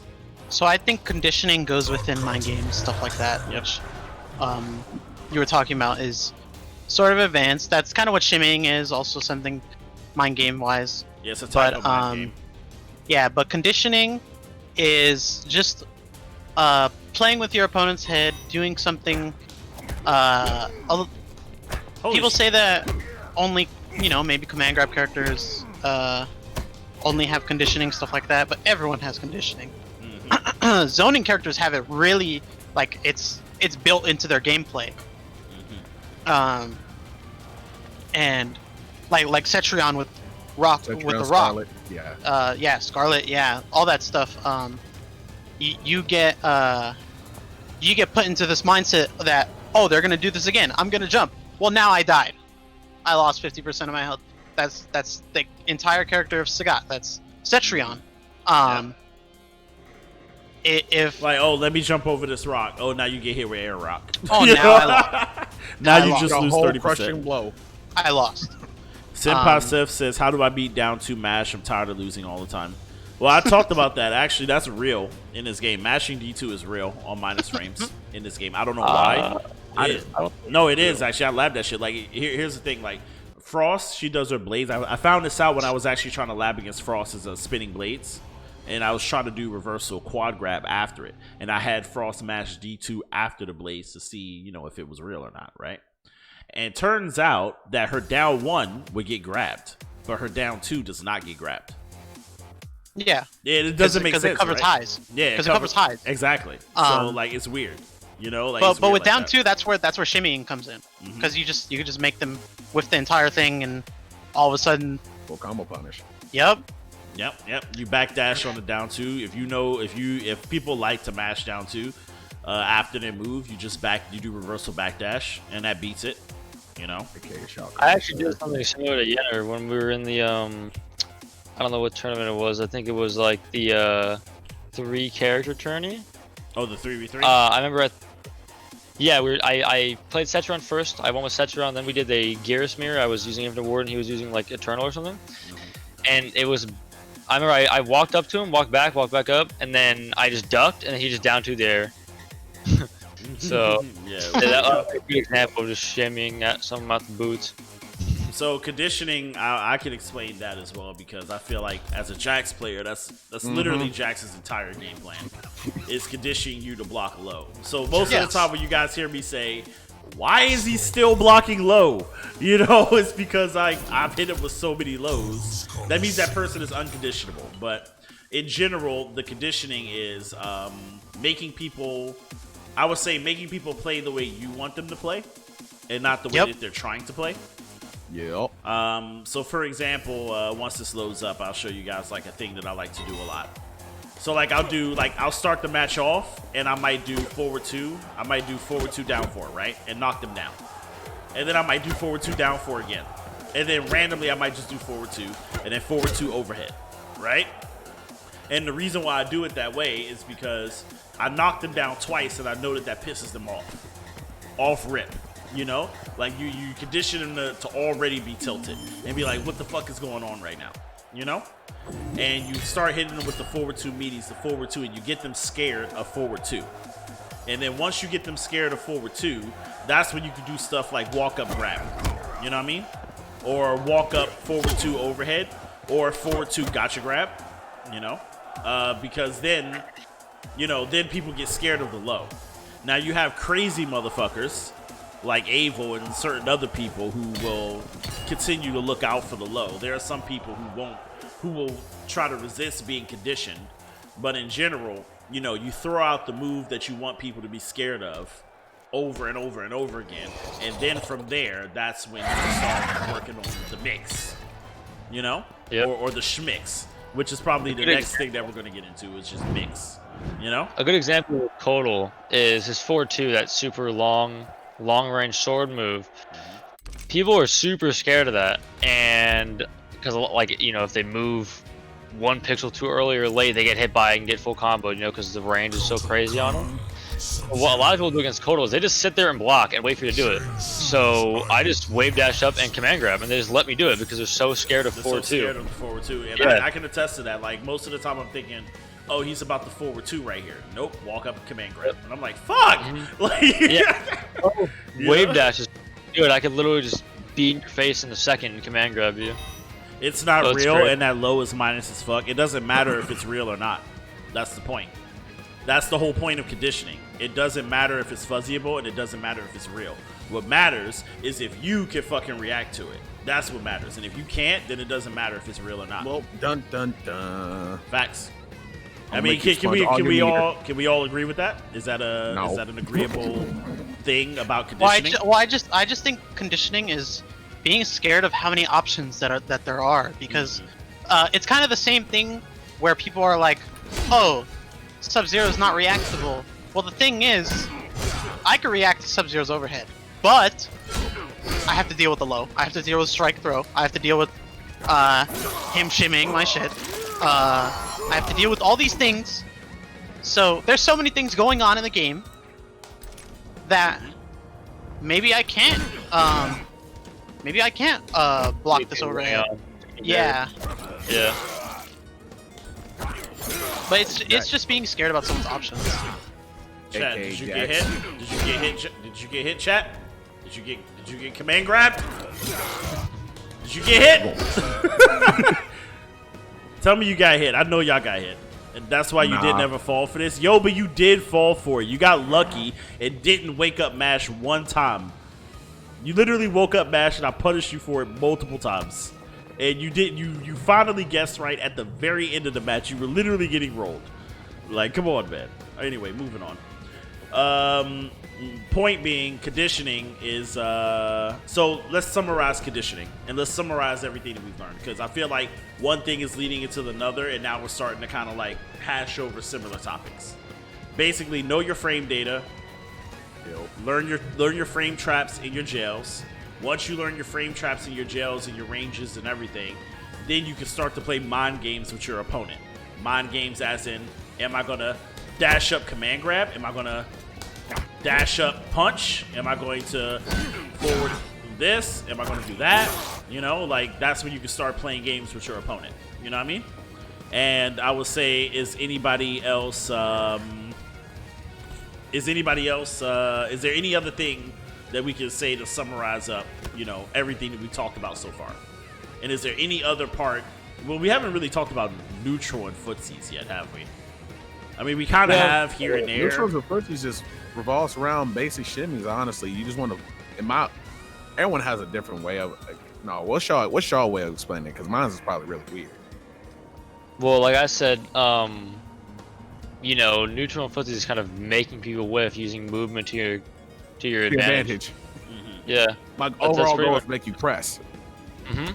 So, and basically what that means, it goes back to learning your ranges, which means when you see like people in the tournaments do this kind of thing, like you see this kind of thing right here, what they're doing is walking in and out of each other's ranges.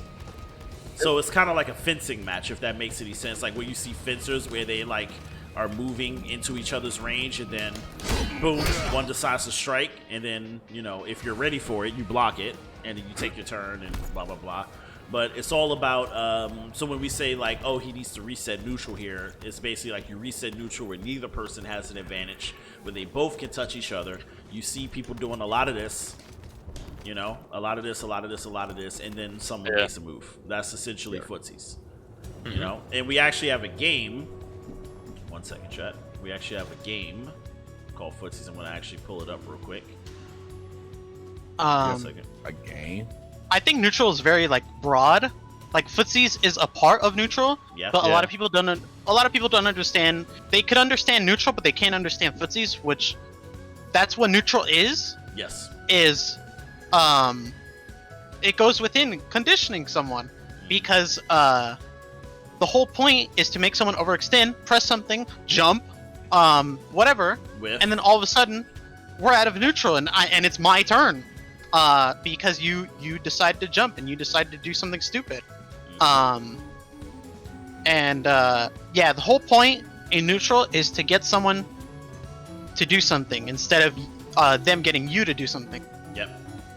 So there you go, CJ. I feel like that might be the best explanation right there, actually. Is to get your all of neutral, conditioning, footsies, everything that we talked about is basically all the different ways to get your opponent to do what you want them to do. Which is whiff, jump, and waste meter. And waste meter. Waste resources. All of it. And yeah, and that's what it is. So let's move. I feel like we talked about neutral, we talked about footsies, we talked about all the technical stuff. I would say let's now move into the more advanced level of play, which is something I don't know about, but I feel like, and Daigo has a quote on this in his book where basically he said, like, once you have learned all of the basic fundamentals, you reach a level of power where people start to think that you're actually cheating at the game. And that's where you get, like, the great cons, all the really good players that are literally so good with, like, 10,000 wins and 500 losses type shit, where they're literally, like, so good at the game that you literally, like, think that they're cheating, Because I'm not going to lie, I played against Great Khan, and there were some times I'm like, yo, is this motherfucker cheating? Like, you know what I mean? Like, I've had that thought sometimes. Like, but then I've spectated my own games, and he's pressing, and he's countering me. His reactions are just godlike, and he just knows what I'm going to do before I do it. He just knows, He labs. So I would say CJ, since you're the OG fighting game player, and you also play like that as well, like where it seems like you just know every fucking thing that I'm trying to do when I play you. That's why I don't ask you for sets no more. Bro, you should be asking for more sets, man. I should be. No, but it's too high of a level. It's like trying to play against fucking Daigo, bro. There's nothing too high, bro. I swear. You got it. Well, I would say this. What is it that once you learn all these fundamentals, what is that state? What is that? So let me walk you down through what I think the levels of fighting. Daigo has this in his book, that through the beginning, you think that you're so sick of the game, and you don't really know anything about the game, but you think that you know everything. The mid-level is when you feel like, wow, I'm so much worse than everyone else, and you feel like because you understand the game, you feel like you're so much worse, and you need to I can't look for the word, but yeah, you feel worse in your gameplay because you see how good people are. I know what you mean. And when like, you like the self-confidence that exactly, you need because you understand the game. And at the highest level, I think the biggest thing that I don't think that people understand and people don't focus on is when you watch a top player, you watch Sonic Fox or Ninja Killa or Daigo or Bonchan or any of these super high top tier players, they have something that other people don't. And sure. No one really knows what it is unless you are at that level. That's how I feel. and I think Jay started to realize this as he has gotten better and better. Is a lot of people are scared of you moving on the screen. Yes. Your presence. Oh your my presence. God. Your presence. It's like in the general, Dark Hado, bro. It's like the fucking Dark Hado. I don't know what it is. Hado. Yo, Wait, seriously, when I play against Jay, bro, I freeze up. Like, What? I mean, no, like real talk. I freeze up They when I have play against aura. CJ. I freeze the fuck. No, like no bullshit. You actually have an aura. I free. Like, remember what I said, Jay? I said I am literally afraid to grab you. And you guys know that I'm never afraid to throw out a grab, right? Like I play against free punch. I'm literally I remember one time I throw loop free punch for 100% one game. Like no bullshit. I threw his ass like 20 times. Like, you know what I mean? I am not afraid to throw. But Jay, last night I was legitimately afraid to throw you. I don't know why. Like I was like, bro, I can't. That game is that strong. Yeah, it's his neutral game. I don't know what it is, bro. It just feels like you just come across these players and it's like fucking Akuma is standing like on the other side of you. It's like it's no equal. Yeah, it's it's like my fist no equal, bitch. Come at me. I'll show you the meaning of pain. Yeah, no, real talk. Like anyway, Mamba continue, said, CJ. Mamba said it's their reputation. It's not even about the reputation. I don't think so. You could not. I got tears for people because Meta. I told him that I really liked fighting games and whatever, and then he said, let's play, and not knowing what I would be doing, right? Facts. Not knowing how I would be playing, whatever. Mm-hmm. And so he starts playing, and through the way that I played, the way that you play neutral, and how you understand the other person's brain faster than the other person, because I'm already in Meta's brain, start of game, damn Yeah, near, he was. round 1, and that's why he gets into the corner so fast, because he's like, well, I don't want any of this to happen to me. I'm just gonna walk into the corner. I'm walking away, and and all of a sudden, it's way worse for him. Oh man, you're giving me flashbacks, man. At Sam show. Dear Neptune. Yo, he's giving me flashbacks to Sam show, man. That shit was hilarious. And even if he gets me down to 1 pixel, I'm still confident in myself that. And that has happened before, where there were times he's going to I'm gonna do be something overwhelmed. Stupid. Yeah. Mm-hmm. Yeah, it's like I felt like I'll say this from my perspective. Even against Jay, like there was a match where I almost won against you last night, right? I still felt like I was literally trying so hard. Like you have no idea. I felt overwhelmed. I felt legitimately overwhelmed. It feels like waves are crashing over you and you have to fight against your own instincts telling you run away, run away, run away. Yeah. If that makes any sense. Like when I play against Great Khan, Jay, who else? Who else is really, really good? Like Sif. Evil Spawn also is starting to be like that as well. Skid Marky is starting to be like that, I feel. Like when I play against these guys, it feels like there's an aura of back up, run away, and I have to tell myself, no, I need to challenge this. I need to not run away, I need to challenge. And that's like, it feels like I'm being overpowered without him having to do anything. And it just frees me up. So, I would say, Jay, from your perspective, CJ, from your perspective, what is it that gives you that vibe? What is it that gives you that evil, dark Hado aura? That, you know. What would you say, Jay? I wasn't really aware. I just gave people that aura when playing them. But the way I play, I try to play patiently and smart. Make decisions on everything I do. So if I move forward, I'm making decisions in my head why I'm moving forward. You know what I mean? Mm-hmm. I don't just do YOLO. I try not to just do YOLO stuff, just hoping it hits. I try not to do anything like that. I try to always do everything for a reason. Yeah. And I think that's why people would get scared, because if I'm doing something, they know it's to hopefully get me the win. Yeah, with intentionality. And CJ, what is it like? You said you play the way you play neutral, the way you get in the head of the player. Yeah, I think so when I play anything, my main thing is I'm going to try to push what I'm doing onto them, but it is all correlating to the other person. It's not.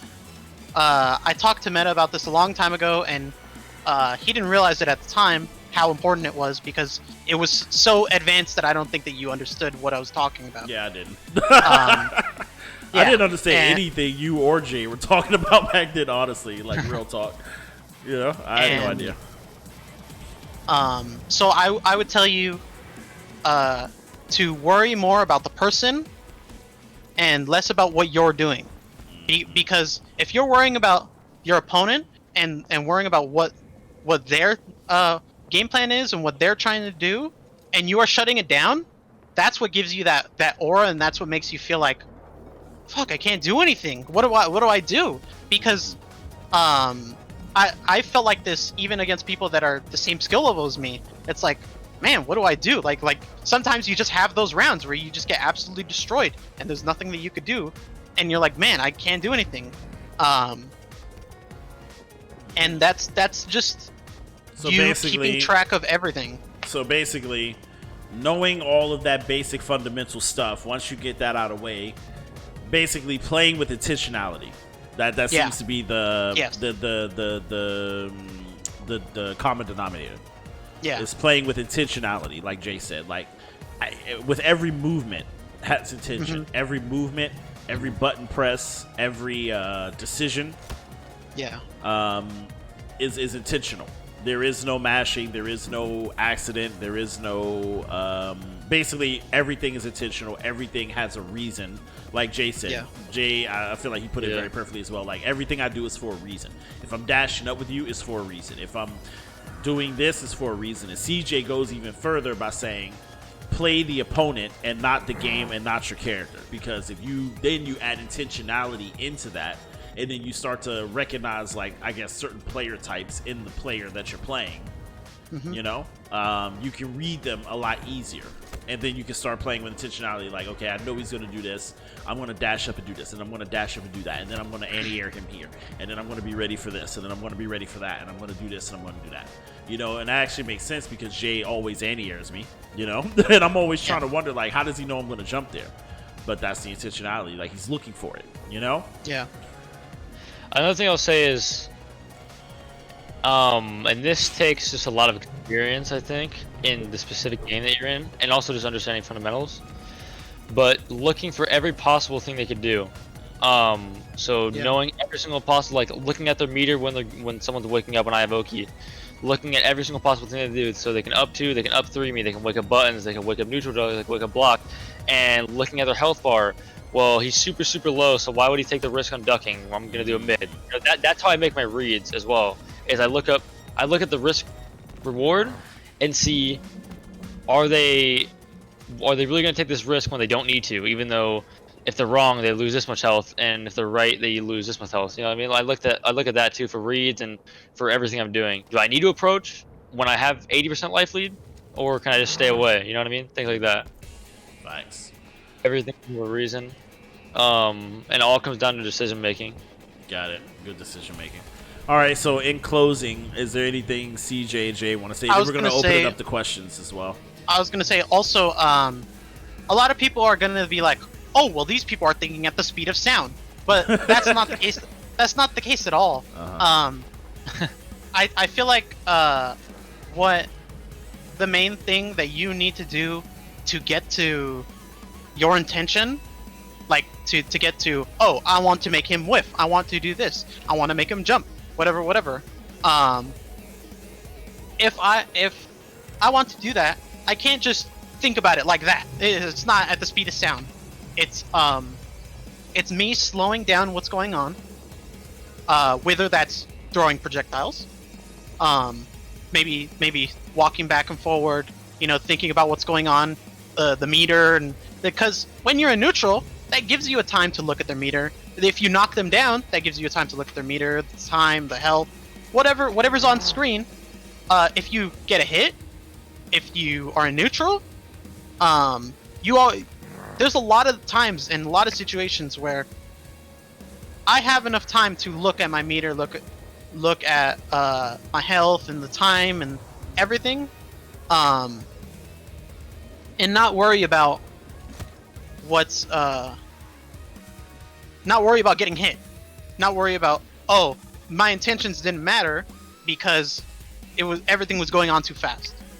Even in faster games, Renzo said that he Renzo says that he feels like he's rushed when he plays like Dragon Ball and stuff. Yeah. But even in that, even when you're in neutral, stuff like that, you have time to look at everything. Got it. Guys, can you show the natural evolution of making a move as skill increases? Like, instead of thinking, nah, press forward, 2-4, then block, you start thinking, I'll press them to throw a jab, see if I can punish that, but in game, instead of speaking only. Well, I mean, you kind of see that happen in the tournaments all the time. You know, you can literally go back and watch this man's VODs. It happens a lot. Yeah, it happens all the time. If you go back on the PC League YouTube channel, you can literally just watch any of the VODs there, any of the tournaments, and you can see that happening and playing out all the time. You know what I mean? Like that's happening all the time. You know. But I mean, unless I play a game right now, you know, we're just talking about it conceptually. You know what I mean? So now, Jay, do you have anything to say in closing? Because CJ said his closing statements, and then we're gonna open it up to questions for everybody. In closing, I would say if you want to get better at, this really goes for anything you're doing in life, but fighting games, I guess specifically, just keep practicing. Like even if you're getting shit on, just keep playing and try not to get mad. That's the main thing. Like there's some people that like get a mental block from getting mad at themselves because they're not winning every single time. Like I know we always bring up Papa Cap as a joke, but he's a good example. He had always blocks himself mentally because he just gets mad. He thinks he has some crazy ego. He has to prove to everyone that he's gonna beat everyone, but it's fine to lose, you know, because that's how you learn. Yeah. So that's what I would say. Going for it. Yeah, and that's part of the reason why I keep quitting Kombat League and getting back into it, because I know when I quit Kombat League, it's my ego. It's my ego getting hurt, you know? Everyone has an ego. Everyone gets mad when they lose, of course, and it's easier said than done when I say try not to get mad, you know? It's obviously easier. Yeah. That's kind of like saying get good. It's kind of that same vein. It's like, it's easy to say, hard to do, you know? Shoot, I got hype. I'm trying to fight some more. Yeah. God dang it. Everybody knows. Yeah, facts. I want to lose. You're not accepting your failures, insecurity. Yeah, no, facts. That's real. No, that's real. And that's why that goes back to the first thing CJ said. Fighting games don't level up a character on the server. You're leveling up yourself. You know? Because if you could overcome that insecurity, that ego, that fear, that loss aversion, you'll actually be a better person for it. You know? You know? KO Jax having an ego. Everybody here has a fucking ego. Look at Yoba. Everyone in this chat has an ego. Everyone in the fighting game community has an ego. Why do you think people get so salty at Foxy? Because Foxy's out here shitting on people just by grabs. It is fucking with people's egos and self-esteem. You know what I mean? Like, people are literally like, they're literally tying, like, for some reason in fighting games, we literally tie our self-esteem into this shit. Because we love it. All right, so let's do questions now. Let's do questions. So definitely, first off, let's thank CJ and Jay for taking the time out of their, you know, days to come through and educate, because both of these guys educated me when I first started, and I wanted to repay the favor and also have a video for any new people who are coming into the community, because there's a lot of new people joining recently. Yeah. I think in the last 2 weeks we had like 300 new followers and like another 100 Discord members or something like that. Like, it's been crazy. Like, there's a lot of people joining the community. So, can the questions be off topic? Let's try to keep it on topic. So first things first. In a bag Bray says, how do you find better players to play against? Kombat League is cheesy and not really competitive. I do agree that Kombat League is not really competitive, but in my personal opinion, and I'm going to say this as a person who's quit fucking Kombat League so many times because of my ego, it teaches you how to deal with, if you can't beat them, then you have no hope of beating a better player. That's basically what I'm going to say about that. So CJ and Jade, you guys can chime in on that question as well, but that's my opinion about Kombat League. If you can't win Kombat League, then you won't win a better player, because a better player can win Kombat League and they can win a better player. You know, so CJ, you can go first with that question. I think any kind of ranked play and stuff like that is it's not for everyone. It's a lot of people are like, oh, I don't really sit there and play ranked, like Goichi, best Dragon Ball player ever. Yeah. He doesn't sit there and play ranked. He just plays with his friends and labs a lot, and you know, just shoots the shit with his friends. And you could get good like that, but because he has his friends is the entire Japanese Dragon Ball Fighters community, it's Literally like the best players yeah, in the world, you know? yeah, of course I'm gonna be getting better. Yeah. But yeah, that's how I feel on ranked. A lot of people say that, oh, maybe you could, if you could be good in ranked, you could be good anywhere. It's not the case. Some people just can't deal with people playing random and stuff like that. Like I remember yesterday or the day before yesterday, yesterday I think, or day before yesterday, when we did that Realm War thing. Big Jack, who I know personally from watching a lot of him, he has a very tough time against people that, you know, do very like random stuff, and like that's why I think he got so mad at Yoba, because he was like, oh my god, wake up Harry, are you serious? Like, he could not believe it. He was so mad that he had to deal with some guy actually sitting there and waking up Harry every single time. But that's just his mindset and something that he struggles with, even though he won. But Spaghetti Noob, your question actually is on topic, so we're gonna answer that vocally. Okay. said. The next question though is actually going to be. Let me see. Someone asked another question before him though. Yes, it's man. Once we don't try the best shots, all stars me, and you got to run back around random ski. Oh, that's cool. Grabbing. Okay, so how does he find better players though? Because we answered like half his question. How do we find better players? How do you find better players? So the thing about it is, it sucks because not every game has the best netcode, whatever. You know, you play Dragon Ball and like it's delay based netcode, so I have to play only people from West Coast. It sucks. And playing people from East Coast is like, it's a nightmare. Playing people from the other side of the world is even worse.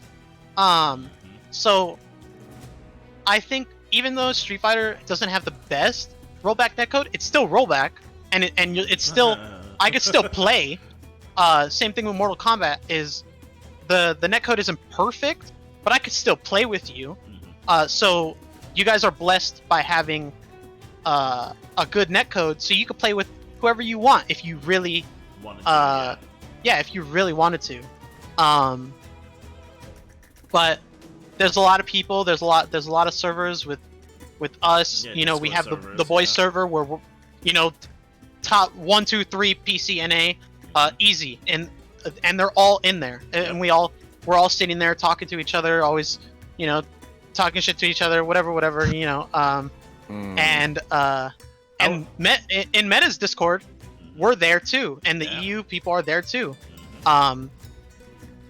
One thing that I learned about fighting games is that it's not like shooters. You could literally go up to the best and ask them, and more often than not, let's run some hands. Yeah. That's like, true. I mean, I never asked Jay for sets until like yesterday, because I don't know why. I just felt like maybe like he wouldn't want to play. Today's the day. You know, I was like, maybe he feels like I'm not good enough to play. But Jay has never said that. That's just the way that I felt. Jay has always told me, hey, if you want sets, just ask, bro. Great Khan also, same way. Great Khan, #1 on PC, has always said, better, if you want sets, just ask. Yep. If I have time, I'll do them. That's it. Simple. A lot of great players, if you just DM them and say, hey, can we run some sets? I'll say 90% of the time, if they have time, they're going to say, yeah, invite me, you know? Jay, do you have a weigh in on how to find good players? I was gonna add to what CJ said. If you guys know Effie, I know he's comes to Meta stream sometimes and plays in the Koth. He actually made a PC NA Discord, and it just has a bunch of NA players from PC. I'm in it. Bodies is in it. The other J is in it. Yeah, you can drop the link in the chat if you want to that. Yeah, I got it. All right, so Fireblow has a question on breaking jailing versus someone like Joker who has high mix levels and can break your guard. So basically, he wants to know how do you stop yourself from getting jailed? I guess is the question. Like when you're getting mixed and you're getting jailed, how do you get out of that situation? Like you're in the corner, you're getting schmixed. How does that work? How do you get out of that? You can actually, One thing you can do is you can actually flawless block. Yeah, Abaddon just said it. You can actually flawless block if you think they're gonna if you think they're gonna strike. If they grab you, obviously flawless block won't work because you can't really flawless block that. But yeah, you can flawless block to take your turn back on plus frames and stuff. Or you can make a read. So if you read that they're gonna strike, they do a move. Maybe their move that they do is negative, then it's your turn. Or if they try throwing, you duck. Now you get a punish. It's your turn. All that stuff. So either read, flawless blocking. Some plus frame moves aren't plus enough and create way too much pushback. So like a good example of that is like Kotal's 1-2-2. It's only +1 and it creates a lot of pushback. So even though he's plus, and even though he has good forward advancing moves, you can back up out of it and and not have to worry about anything. So it just depends on the move, what character you're fighting against, what character you are, that type of thing. Got it. But generally, it's either making a read or flawless blocking. That's generally what it is. Yurt. So Young Spinishman asks, what's a good starting fighting stick for someone who wants to get into it? That really just depends personally on how much money you want to spend. This bad boy right here that I'm using was 150. My other fight stick was 200. But I did that because I'm a streamer and I don't want to have to buy another one. Like I want to have one and have it forever. Because I'm going to be using it every day. It really depends on, I would say, how often you play fighting games and how, I don't know. I mean, I would say if you don't play Fight Stick and you just want to try it out, get a Kombat drone. Get one of those like $50 ones, like I said. Get a kit. Get a Fight Stick kit and put it together yourself. That's cheap. A cheap way to get into it. If you really want to be serious with fighting games, then get one of the expensive ones. I would say, if I was smart, I spent $300 on Fight Sticks. I should have just bought a fucking Victrix. Like, real talk. That's Yeah, I should have just bought a Victrix because I've been playing for over a year now, every day. And I would have, if I had just bought a Victrix, I wouldn't have this half, put together razor sitting here on the side that I gotta fix and repair. I would just have my Victrix, Don't you have fun? Yeah, I mean, so, I would say it really just depends, but think about how much money you want to spend. Think about how much you're going to use it. And then that will, if you're going to use it every day and you're really going to be playing every day, then I would highly advise to spend some real money on your fight stick. $300, $250 minimum if you really are like playing fighting games seriously every day. But if you're playing it as a hobby, you're playing it casually, just get something light, Just get something light. $100, $80, $150 max. Don't spend big money on it if you're just casually playing. You know what I mean? CJ, do you agree with any of this? So the older version of the Quanva Crystal that is out right now, it's available on Amazon right now. I have the older version from 2014, and I've been using the exact same stick. And it works fine. One time, one of my buttons broke, and I had to replace them, but that was it.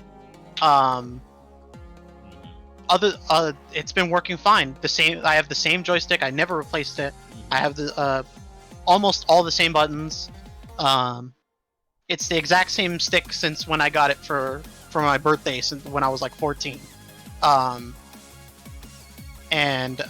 Yeah. So buying an arcade stick that's $250, and you really want to commit to playing fighting games, definitely worth. Go for it.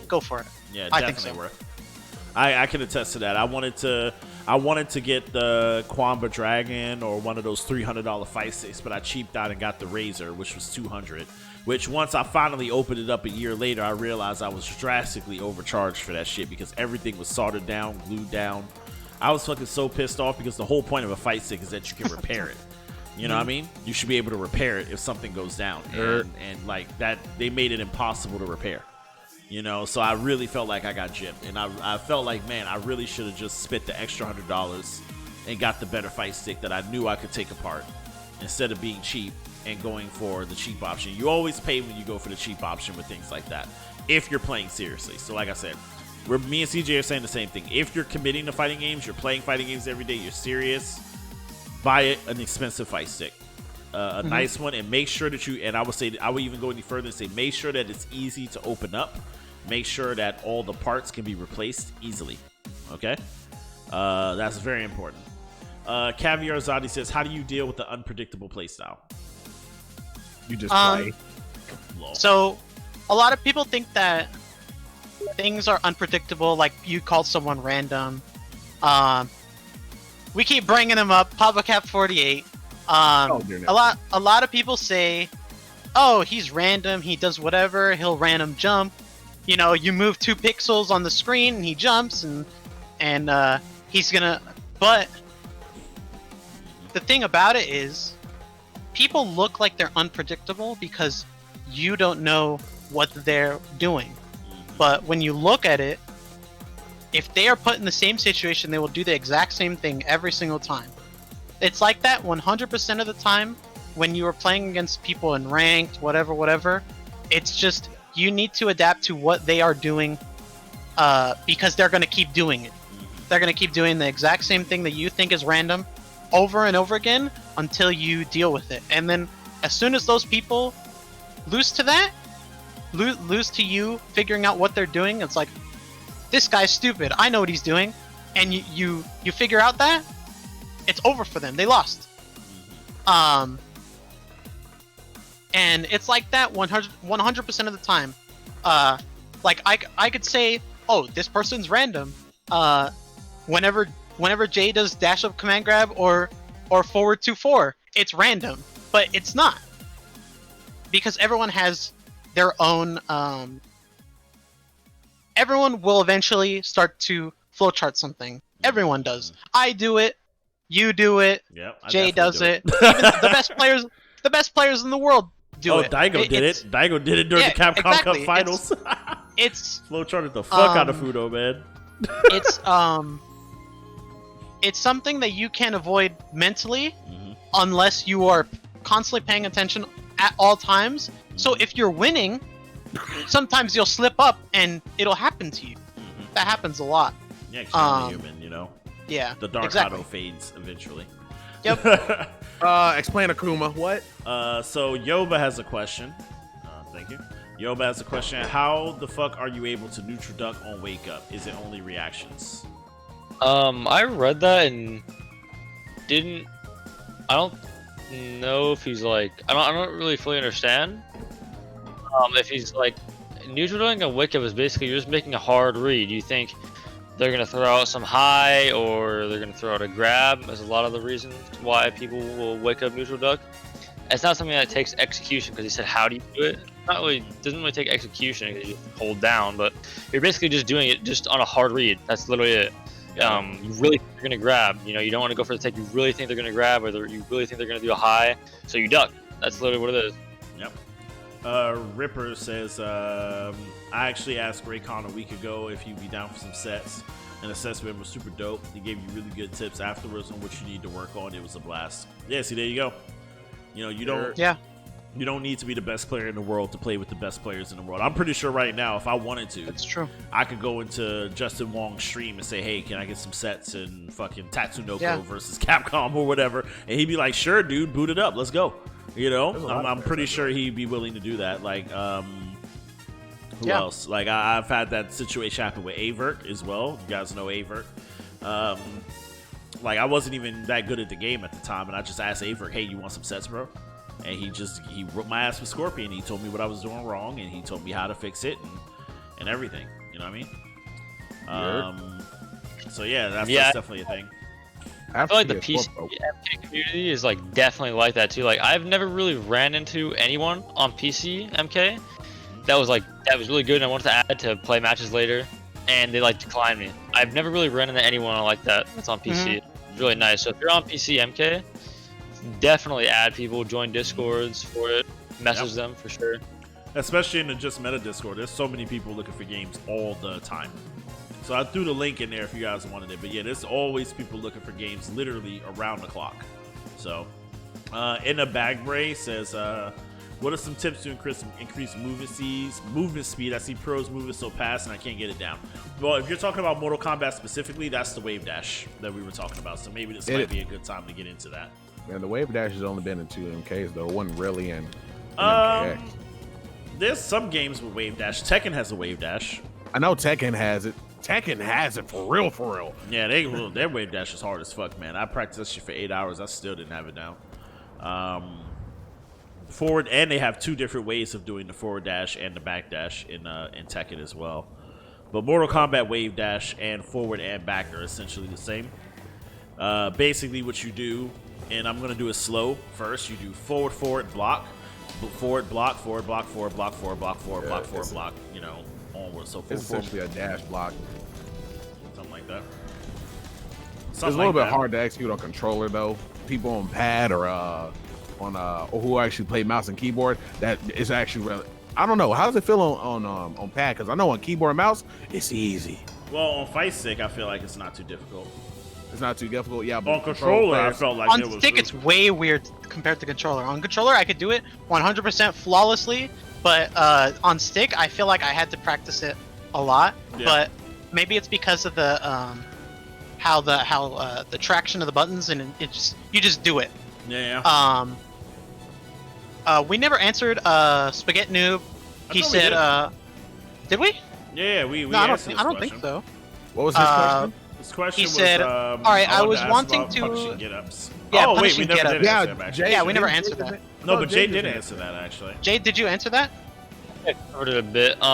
Punishing wake ups, it depends on what wake up they're doing. If they're doing a roll, obviously you can do a grab or a command grab. Command grabs, as long as you time them properly, also beat out rolls.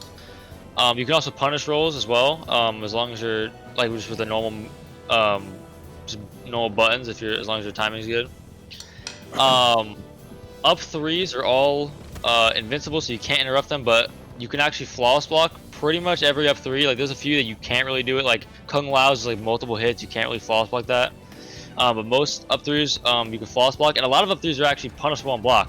A lot of people don't know. A lot of them are just straight up punishable on block. Like Nightwolf's up three without even flawless blocking is punishable on block. But up twos you can interrupt. Up twos are also a lot of times punishable on block, but you can just straight up interrupt them because there's no invincibility frames. So it just depends. There's so many options of wake up in this game that it's hard to make a proper read and directly punish something. So me personally, I like to just back up and just let them wake up, unless they have no meter. If they have no meter, then I take.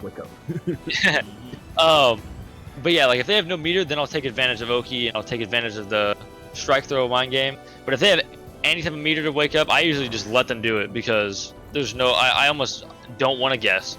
You know what I mean? So that's how I'd explain. Meter. Alright, I'm looking for. other Heck, just wait for him to get questions. up. I feel like there was another question here somewhere. Hold on a second. I'm looking for another one. So yeah, the movement speed is the wave dash. There's a lot of videos about how to do wave dashes in Mortal Kombat 11. So just go on YouTube. That's something you're just gonna have to hard practice. Everyone does Ryan- it differently. Yeah, everyone does it kind of differently. Like me, I just mash fucking forward and block, and it comes out. You know, that's just usually what I do on my basic. Ryan says I can't get my Kombat crystal to work on Steam. Enable big picture mode and make sure that your controller settings are on. That it reads like that's what I have. I run all my What games. is it? Genetic gamepad? Yeah. You have to do gamepad settings or controller settings, and it'll convert the fight stick. It'll read your fight stick controls, and then it'll map it to like PlayStation or Xbox or whatever, and then it'll make sure it works with your game. So if you run your Steam in big picture mode, especially if you're using a fight stick, because my fight stick didn't work with my game at first as well, until I ran Steam in big picture mode, and then it detects that you have a controller, and then it remaps the buttons on your controller for you. So yeah, that's how you get it to work. Keyboard easier for dashing. Lol. That's big facts. Any other actual questions, chat? Let me see if we can find any other questions. Do you guys see any? You guys see any other questions? Yo, but still talking about waking up parries, man. What's up, Brother Jay? This man is still talking Jay about. has a question. Oh, Furious J actually has a question. Yours Okay. is stuck with up, Xbox. guys? Any idea how to fix? I just keep it Xbox. It doesn't fucking matter. PS4 controllers still stuck with Xbox settings. Yeah, that doesn't matter. What advice can you give to brand new player that's feeling overwhelmed? I feel like one of you may be able to put it in a way that's easier to digest.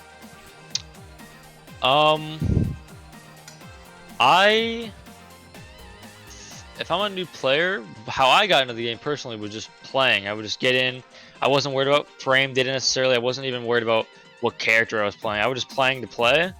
And then once I wanted to start actually getting better, once I personally wanted to get better, because you can't force, like, I try to get so many of my friends to get into the game, and I tried saying, learn this, then learn this, and like, you just can't force someone to want to learn and take the time to learn fighting games. There's just too much information. They have to need to want to do it. So I recommend just letting, if you're like trying to teach a friend or something like that, or a new player to play the game, just let them play, and then let them want to get better. You know what I mean? But if you do want to like have them work on something, to start out, have them play the tutorial for MK11. I think the tutorial is super good, and it explains everything in the game. It explains neutral, spacing, frame data, specific characters. So if you do want to have them learn something right off the bat, I think that's a good way to do it. Big Toby says, Jade taught me this game. Guess what? Jade taught me this game too. Spaghetti Noob says, question, how do you escape corner situations? I feel like we answered that multiple times already, but let's give a definitive answer. It depends on the situation. Like if you're playing against, it depends on what character you're playing and what character you're playing against. If you're playing against a mid command grab character, you have to guess, do I jump out of the corner or do I block? You have to, if you're playing against, you literally have to make a read. On every wake up, you have to make a read. But a lot of times, in this game, a lot of times when you're getting up, you have the advantage because in pros, everyone says this. The person getting up has more options than the person with Oki. In this game specifically. There's so many options. You can wake up buttons, you can wake up jump, you can wake up duck, you can wake up block, you can wake up teleport. You can and literally there's so many options. And then the person that actually has Oki, and that's, you know what I mean, only has so many. So like a lot of times when you have meter, if you're playing against a player that knows how many options you have, a lot of times they just let you do whatever you want. Like a lot of times when someone has meter and I just don't want to deal with guessing and what they're gonna do, sometimes I do it. Sometimes I go for the guess and just say, okay, he's gonna wake up 2, I'm gonna interrupt it sometimes. But most of the time when someone has meter and I have Oki, I just reset neutral. I just reset neutral and let them get out of the corner. Fuck it. You know what I mean? Dark Sky says, how do you do a crushing blow without the automatic crushing blow on? You hold the button down. You just hold the button. The setting, you have to go out of your way and turn the setting off. Yep. But then you just hold whatever button it is. Yeah. Yep. I never use it. Yep. So there you go. There's other questions. Hold on a second. Let me see. This game. My kid wanted me to learn Jump Force. Yikes. Man, play J-Stars. It's a much better game. Still Parliament. Fuzzy. What does it mean? That's a good question. Who wants to answer that? Fuzzy. What is fuzzying? I think CJ might answer that question better since he played them anime fighters where literally all you got to do is I was going to say, well, fuzzing in Mortal Kombat and fuzzing in another game is much different because when I hear people are like, oh, you could fuzzy it, they're talking about, Jay can explain it because I cannot explain that, and I'll explain every other fighting game.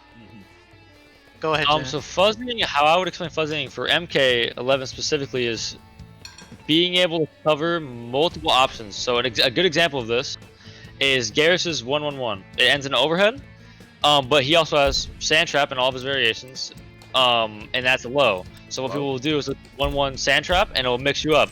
But you can actually fuzzy it. You just block low, and then you react to whether or not they did sand trap, and then you stand up like right before the overhead comes, and it will cover both options. And as long as you have your fuzzy down and you're used to it, you'll never get hit by that mix-up because it's not even real.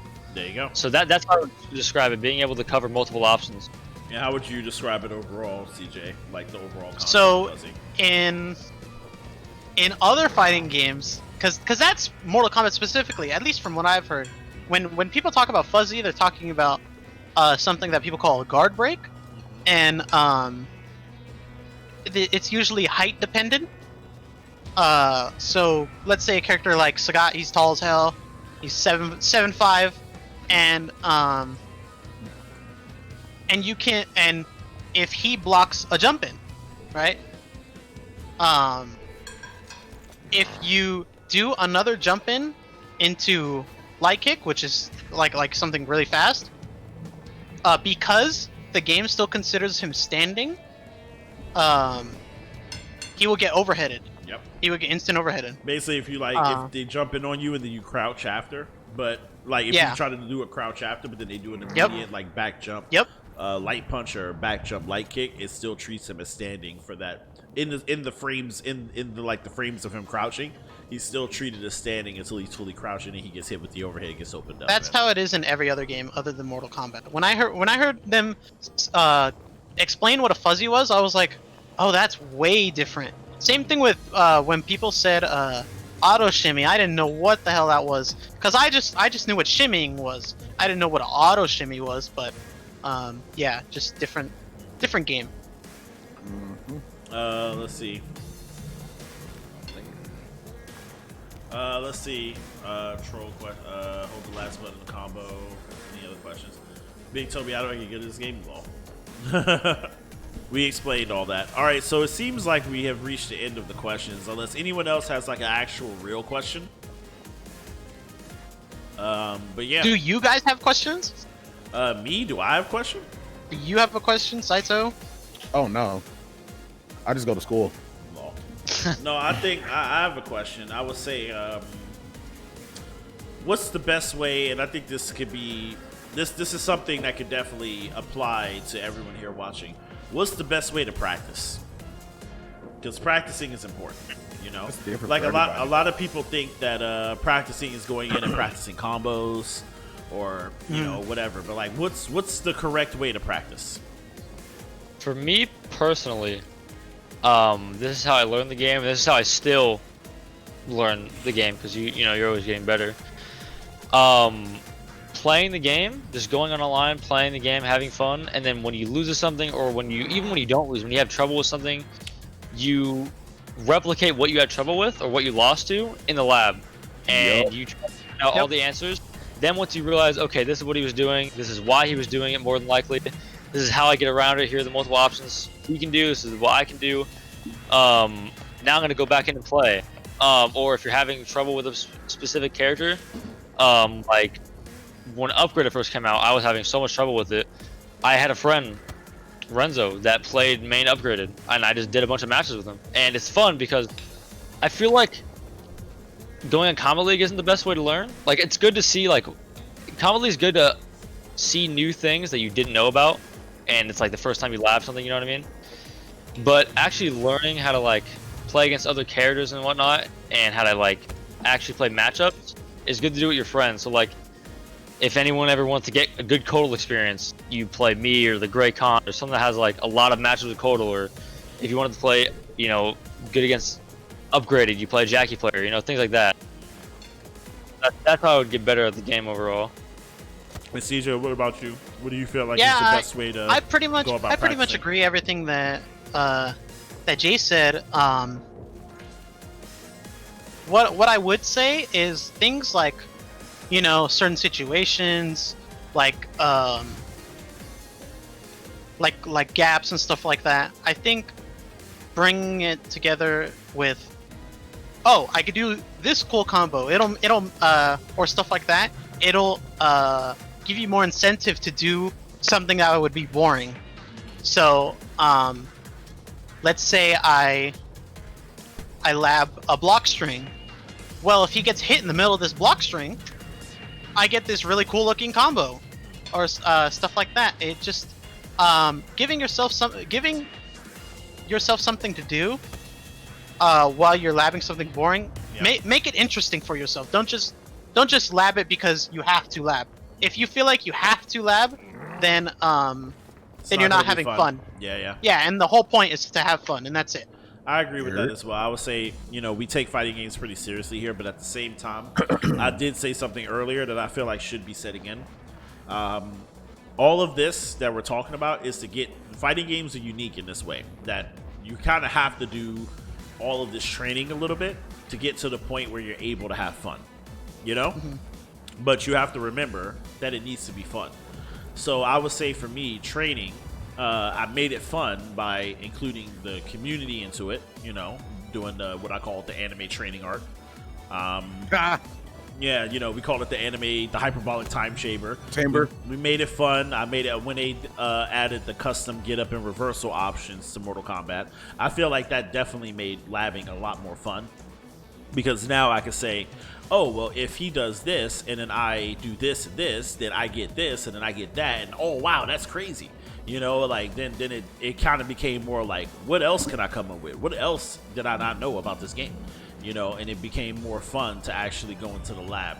Because before they added that option, the lab was more like, oh, let's just practice this combo if he gets up, whatever, you know.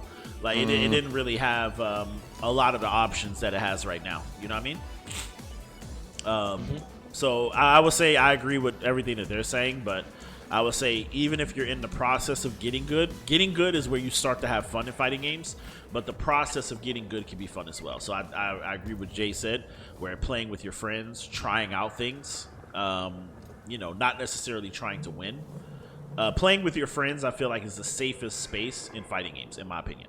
So if you want to get good without the pressure of Combat League or without the pressure of casual or tournaments or being on stream and being in front of people, just play with your friends, you know? Yeah. You know, play with your friends, play with, you know, just run sets. And you guys remember, yeah, I mean, you and Jay, you guys remember, like, there was a time where I didn't play Combat League for, like, multiple seasons. And I just did King of the Hills, you know? Yeah. And it's a good idea, too, because, like CJ said earlier, there's so many of the top players in so many different fighting games that never play ranked. Like, Sonic Fox never plays ranked. Yep. Ninja Kill only played a few, doesn't even play that much. And they're the absolute top players in MK, and they don't even play ranked. It's just because they play with other top players, and that's it. Lab, and that's it, and that's fine. Well, now I have another hot take, actually. It's also okay to play with people who are significantly worse than you as well. I don't know if you guys saw that new Core A video, but I kind of like the concept of that, because when you play with people who are not as good or people who are new, it gives you an opportunity to also try out new things that you wouldn't normally try in a match as well, you know? So yeah, basically, when Skid Marky did say play the game, that actually is the right answer. That basically sums up everything we just said in 3 words: play the game. Let the game have fun. Big facts. So yeah, I love the lab. The lab is God. I would say another question I would have for you two is, let's say for example that let's talk about the time issue, the time investment, everything that we just talked about. How long does it take if someone does all the steps that we talked about? How long does it take someone to go from complete new to God level player, in your opinion? It depends person. It definitely depends person to person. I wouldn't, if you do want to eventually become like really a fighting game, I wouldn't look at it as in, okay, I have to get 1,500 hours and then I'll be good, because that's really discouraging. That's super discouraging. Saying, okay, once I get 1,500 hours, then I'll be good. I would just play until you don't want to play anymore. You know, you just play until you don't have fun anymore. And once you realize I don't really want to play anymore, then just stop. But if you want to continue playing and continue getting good, then keep doing it. It also, the meta changes as the game continues. You know what I mean? Like, if I want to compare myself right now to when the game, a few months of the game being out, I'm way better right now than a few months when the game came out. But back then, I was like really, really good, because that's what the game's meta was. You know what I mean? The meta changes as the game goes on. Dirt. All right. And okay, CJ. So when I was really like I saw moment 30 what is it? Moment 37, whatever. What is it called? Yeah, so, something like that. Evo Moment 37. Yeah. 37. Daigo Parry. Yep. So I saw Daigo Parry and was really and you know the channel G4, they put Evo on. Yeah, they put Evo on there and all that stuff, and I was like, man, people really do this. That's cool. And I wanted to do it myself because it looks fun, and I love fighting games ever since I was a little kid. Sit there and play Alpha 3 with my dad, whatever. And And so when I really wanted to get good, I realized, well, I am not good at doing Shoryuken, so I'm gonna do Shoryuken. I'm gonna sit here and practice the motion, whatever, and me practicing cool combos. Oh, that combo looks sick. I want to do it. It's hard, but I want to do it. And then you play games online, and you lose, and you're like, man, that sucks. And this goes within probably months of playing the game. Is, oh, this game looks cool. I want to play it. And so you start playing it, and it just adds on to everything that we've said from the start of what we were talking about to the end. And I think you can do it if you really sat there and you had absolutely nothing else to do. Because if you have a job, it's going to take you if you have a 9-to-5 job and sometimes you sit there, for an hour and then you go to sleep, that's cool too. It'll take longer, but you can still do everything that everyone else does. But I think it'll take months for you to get to the point of the mid-level at the game that you want to play. I think it'll take months. I don't think it could take years, other than if you're playing Tekken. Tekken, different story. You have to sell your soul to Satan and all this other stuff. Listen, man, Tekken is a whole Tekken. Listen, CJ. Let me tell y'all, man. I thought y'all was lying about that shit, bro. No, I tried to learn Tekken, bro. I'm like, bro, I spent all day on one combo, and I still don't know it. And I still don't know it. And I'm like, I still don't know this shit, bro. I'm like, yo, are you fucking kidding me right now? I'm like, I still don't know how to. I remember one day I legitimately spent 8 hours on stream trying to Korean backdash, and I still didn't get it. I spent 8 hours trying to do Akuma's FDAC optimal, and I still didn't. I couldn't even get past the first FADC. Remember, CJ, you were watching that stream. You remember that shit? I was watching. Yeah, I couldn't even get past the first FADC, bro. I could literally only do the target combo into the FADC, into the Shoryuken, into the FADC, into the target combo, and I couldn't get the other FADC. And that combo has at least 3. It's I was just like, bruh. I was like, yo, this is hard, bro. Fuck Tekken. I uninstalled that shit. I love Tekken. I straight up uninstalled Tekken, bro. I love that game too, but I love it, but I love it, but I had to uninstall, bro. I was like, that game Force God. It's so complicated. Yeah, that game is too. And then when I looked at the move list, I'm like, bro, you telling me every character has 200 moves, and I got to learn the frame data on all this shit? Yep. I'm like, bruh, come on, nah, man. Bro, they actually, believe it or not, in my personal opinion, they simplified Tekken compared to what it used to be. Yeah, facts. Big facts on that one. I used to play Tekken 3, bro. I used to just straight Tekken up 3, mash. Tekken 4. Oh, that game was so beautiful. I used to straight up just mash with fucking Lee back in the day. All right, so let's talk about. I would say let's talk about culture maybe, and fighting game culture as a whole, because I think there was a lot of toxicity the other day with the Realm War situation, and we did talk about that privately, so we're not going to bring that back up. But the point is, I want to talk about overall fighting game culture and why I personally feel like the best video game community is the fighting game community. But I'll let you guys, take that. So maybe CJ can start because he's been, in the community a lot longer. About what? Why the FGC is probably the best video game community to be a part of. I just like I like how it brings me with random people. I guess that's just the internet in general, but fighting games, it's something special about it that because everyone there's so much hard work into it, and there's so many things that you need to do in order to get better at it, so everyone can relate to what someone else is saying, even if you're a beginner player. Which I think people don't understand is you can learn from a beginner player. No matter the skill level, you can learn from that person. Specifically because everyone has their own struggle and everyone plays their own way. And I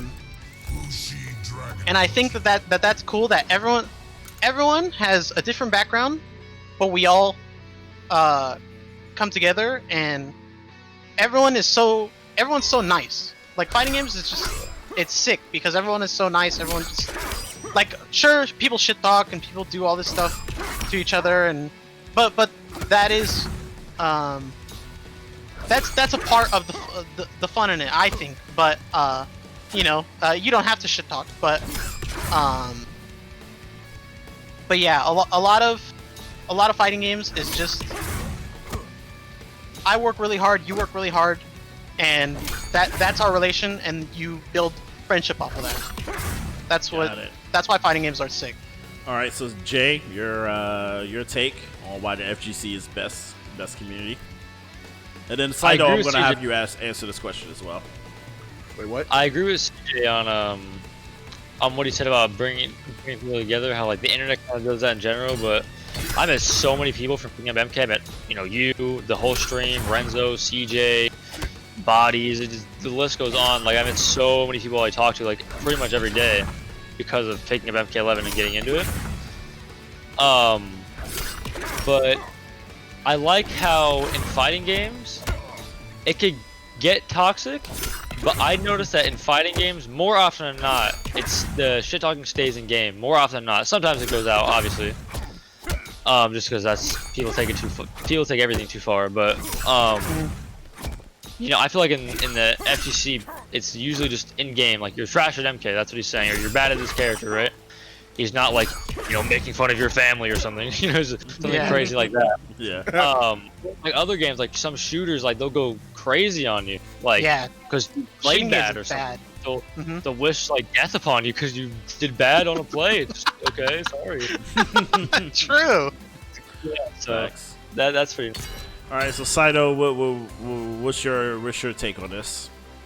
On just the community in a whole, I feel like Jay said, the community can be very toxic. I mean, really toxic. But when you grow with it, that toxicity ain't nothing but a thing. It usually can build really, really solid relationships. Like for instance, I remember the first day I fought Jay. I think he was playing Gears.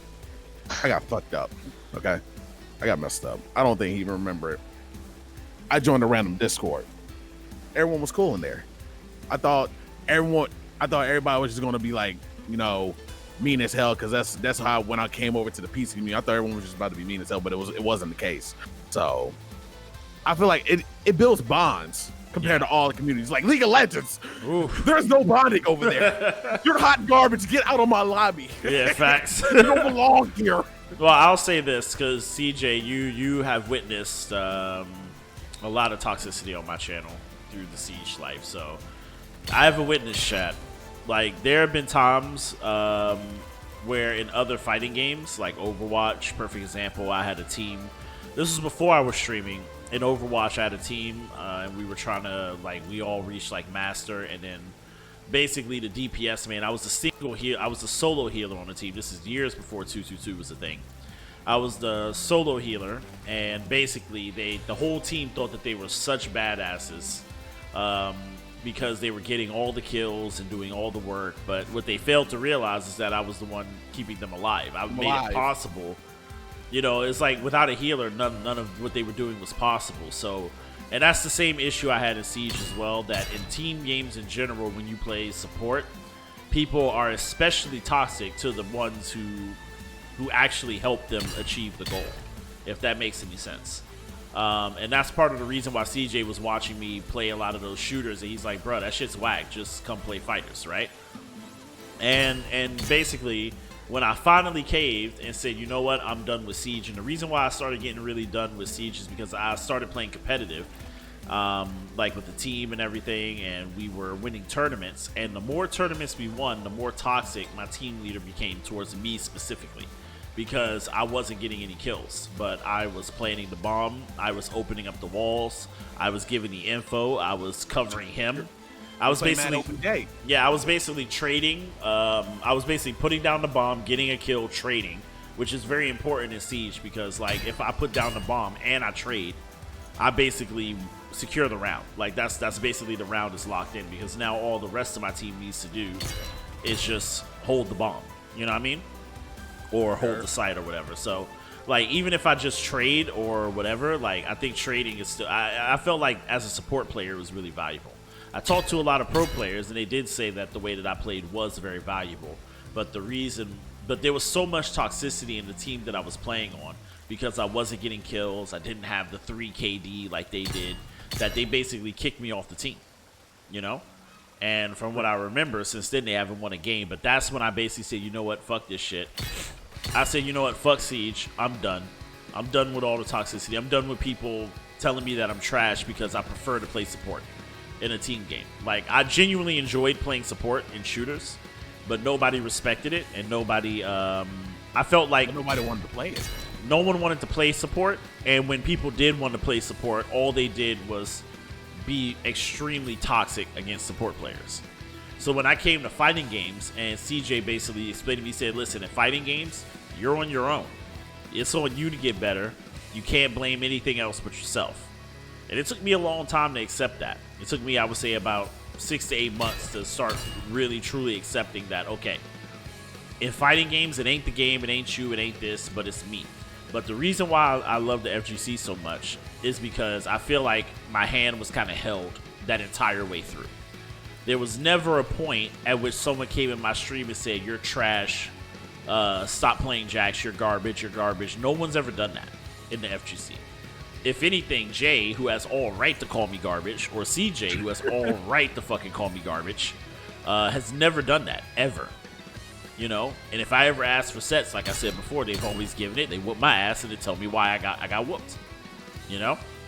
So there's never been a time in the whole year that I've been streaming this, and even you can ask Queen Meta, like, I used to come home mad all the time after the stream. She said ever since we switched to fighting games, the house has been way more chill. The stream has been more chill. Everything has just been better overall.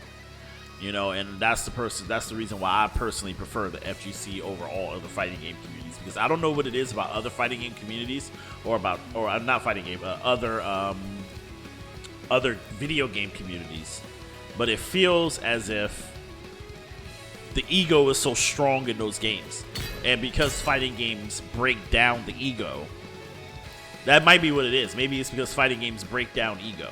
You know what I mean? Yeah. That there's no, I never get a sense of I'm Lord, I'm better than you, and I'm going to flex that I'm better than you all the time. Yes, there are some fighting game players who do kind of do that here and there, but it's very rare, and they don't really get too far in the community. You know what I mean? Yeah.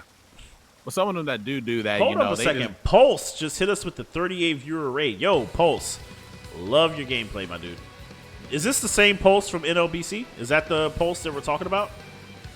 Meta, you're trash. Stop playing Jax, you're garbage. Lol. Pulse, if you're the same one from NLBC, good shit. Solo games better than team games. Thank you, bro. And yeah, oh yeah, if you're the same Pulse from NLBC, bro. When you played, what was that? Celtic Throwdown, I think. I was telling everybody, bro. I was like, yo, man, watch out for fucking Pulse, bro. Man's is coming up. But you main Aaron, so I don't know. I might have to like you main Aaron. I might have to ban you. I don't know. I don't know. They're too great. We got to get you out of here. You good? I fucks with you, but you also main Aaron, so I don't know. I think you mean ECT. Yeah, it was ECT. That's what it was. Yeah. Yo, who mains Aaron? This guy named Pulse right here. Anyway, we did the mod shout him out already? Yeah, they did. Yeah, I did. Oh, appreciate it, CJ. Thank you. But yeah, so that's why I personally enjoy the FGC, and I feel like, you know, that's why we started offering the €100 prize pool, and now that's why we offer the €1,000 prize pool, because me and Queen Meta were like, hey, this community fucks with us. We were trying to do stuff like that for Siege, but we couldn't get anything going in Siege. It was either I'm black, and that's why I can't play. It was either because yeah, no, real talk. I have clips. I have clips. CJ will tell you. I got clips on clips on clips of people literally saying, you sound like an N-word. You must be bad at Siege. Yo, is that, like facts. Is it facts, bro? Is it that it's why I don't play MK on stream from time to time? No, like I never had that issue in FGC ever. That is ever since I switched to fighting games. That has never happened again. Like real talk. It's not. It's not the FGC doing it. It's just those random idiots that feel like they can say whatever they want to say. Yeah, bro. You want to apply for moderation? I stand by your principles. Yeah, but no, like Facts, like that shit really happened. Have a good stream, King. You're gonna go to bed. All right, peace out, Pulse. Keep being good at Aaron. But you need to pick up Jax. Join Jax gang, bro, and then we'll be truly friends. Yeah, how about no? Yeah, join Jax gang, bro. Join Jax bro, you gang, playing and then we'll be friends. Barrett. Yeah, play Grinnin is Grinnin going. Barrett. Yeah, play Grinnin. I'll accept Grinnin, but you really should be playing Hunker Down. But I'll accept. But Grinnin is accepted, but they're like a subclass of Jax mains. Okay. Shame on you. Grinnin Barrett takes all the skill in the world, bro. Uh-oh. Hey, chat. That KB too hard. That KB's easy AF. Bro, just practice it. I mean, matter of fact, Pulse, I'm gonna hit you with the secret, bro. Listen for the voice. Look at the smoke. I get that shit every time. If I can get it, you can get it, because I'm trash. Well, you just done the command grab crushing blow? Yeah. I'm garbage, bro. That's easy. Listen, I'm garbage. It's actually even. You play on PlayStation. It's easier on PlayStation. I play that shit. I play on PC. That shit's harder on PC because you actually got a link. Yo, we just turned Pulse into Jax gang, chat. This deserves a celebration. We turned the Grin Bear gang. Stop. Nah. Jax gang is Jax gang, bro. Ringer, Grin and Barrett, it's all good. So is there anything anybody else wants to say? Is it Saito? Do you have any questions for these guys? I just go to school. Lol. Ringer low-key good. Yeah, it has sound cues, but you don't play with sound, so shit's kind of sad. Lol. Well, yeah, if you play Jax, you gotta hear shit. I'm sorry. Like, Jax maze converting everyone. Beef versus now. I do got a question. I got a good one. All right. What started y'all off with when it came to fighting games? Ooh, that's a really good question. All right, CJ? What started me off? Like what game or like what game that you picked up and you said, I love this game. I'm about to go and bop everybody that I could possibly can. And you kept playing that until it went dead. Street Fighter 4, my favorite fighting game of all time. Like that game is. I love that game. Like who did you play on? I play basically every single. Oh, no. Yeah, I play Evil Ryu. I basically play every single Shoto, but I mained Evil Ryu. Gotcha. That's a good pick. So Jay, you started off on MK. I guess we could revise the question to say, what got you into MK? Like, period. Like, what made you choose MK over other games, or what is it that made you even start playing fighting games in the first place? And then what made you stick with it? So, one of my other friends, Static, we were like super bored, no games to play on Steam, and I seen that there was a huge sale for MKX. It was like $5, and I was telling him how like I played that on PS4. My brother had a copy of it, and it was pretty fun. And I said it'd be super fun if me and him just hop on and mess around. And this was like 5 or 6 months before MK11 was announced, so it was like really towards the end. And me and him got it and just both played like non-stop until MK11 got announced. And then once we were so into it that like once MK11 got announced, we both pre-ordered it, and I was the only one that stuck with it out of all my friends. The only one that actually, because they didn't like it because like they were so used to MKX, which I understand. I didn't like it at first either, but I was like, shit, I paid $100 for this. I'm learning this game. Damn. So that's really why. That's interesting. All right, so that's pretty cool. I would say for me, like, Fighters was actually a big part of my childhood, actually. But then, because I remember growing up, my stepfather had a brother and sister, and when I would go over to the house, they would be playing Super Street Fighter 2 Turbo, and on the Super Nintendo. And it was funny because my uncle Sam, that was his name, Sam, he was always in and out of jail, but this time he wasn't in jail. So normally it was my aunt Christine who was normally playing me in Street Fighter 2 Turbo. But he was out. He just got out, and he still knew how to play. So basically, he was playing Dalsim, and I was playing Ryu.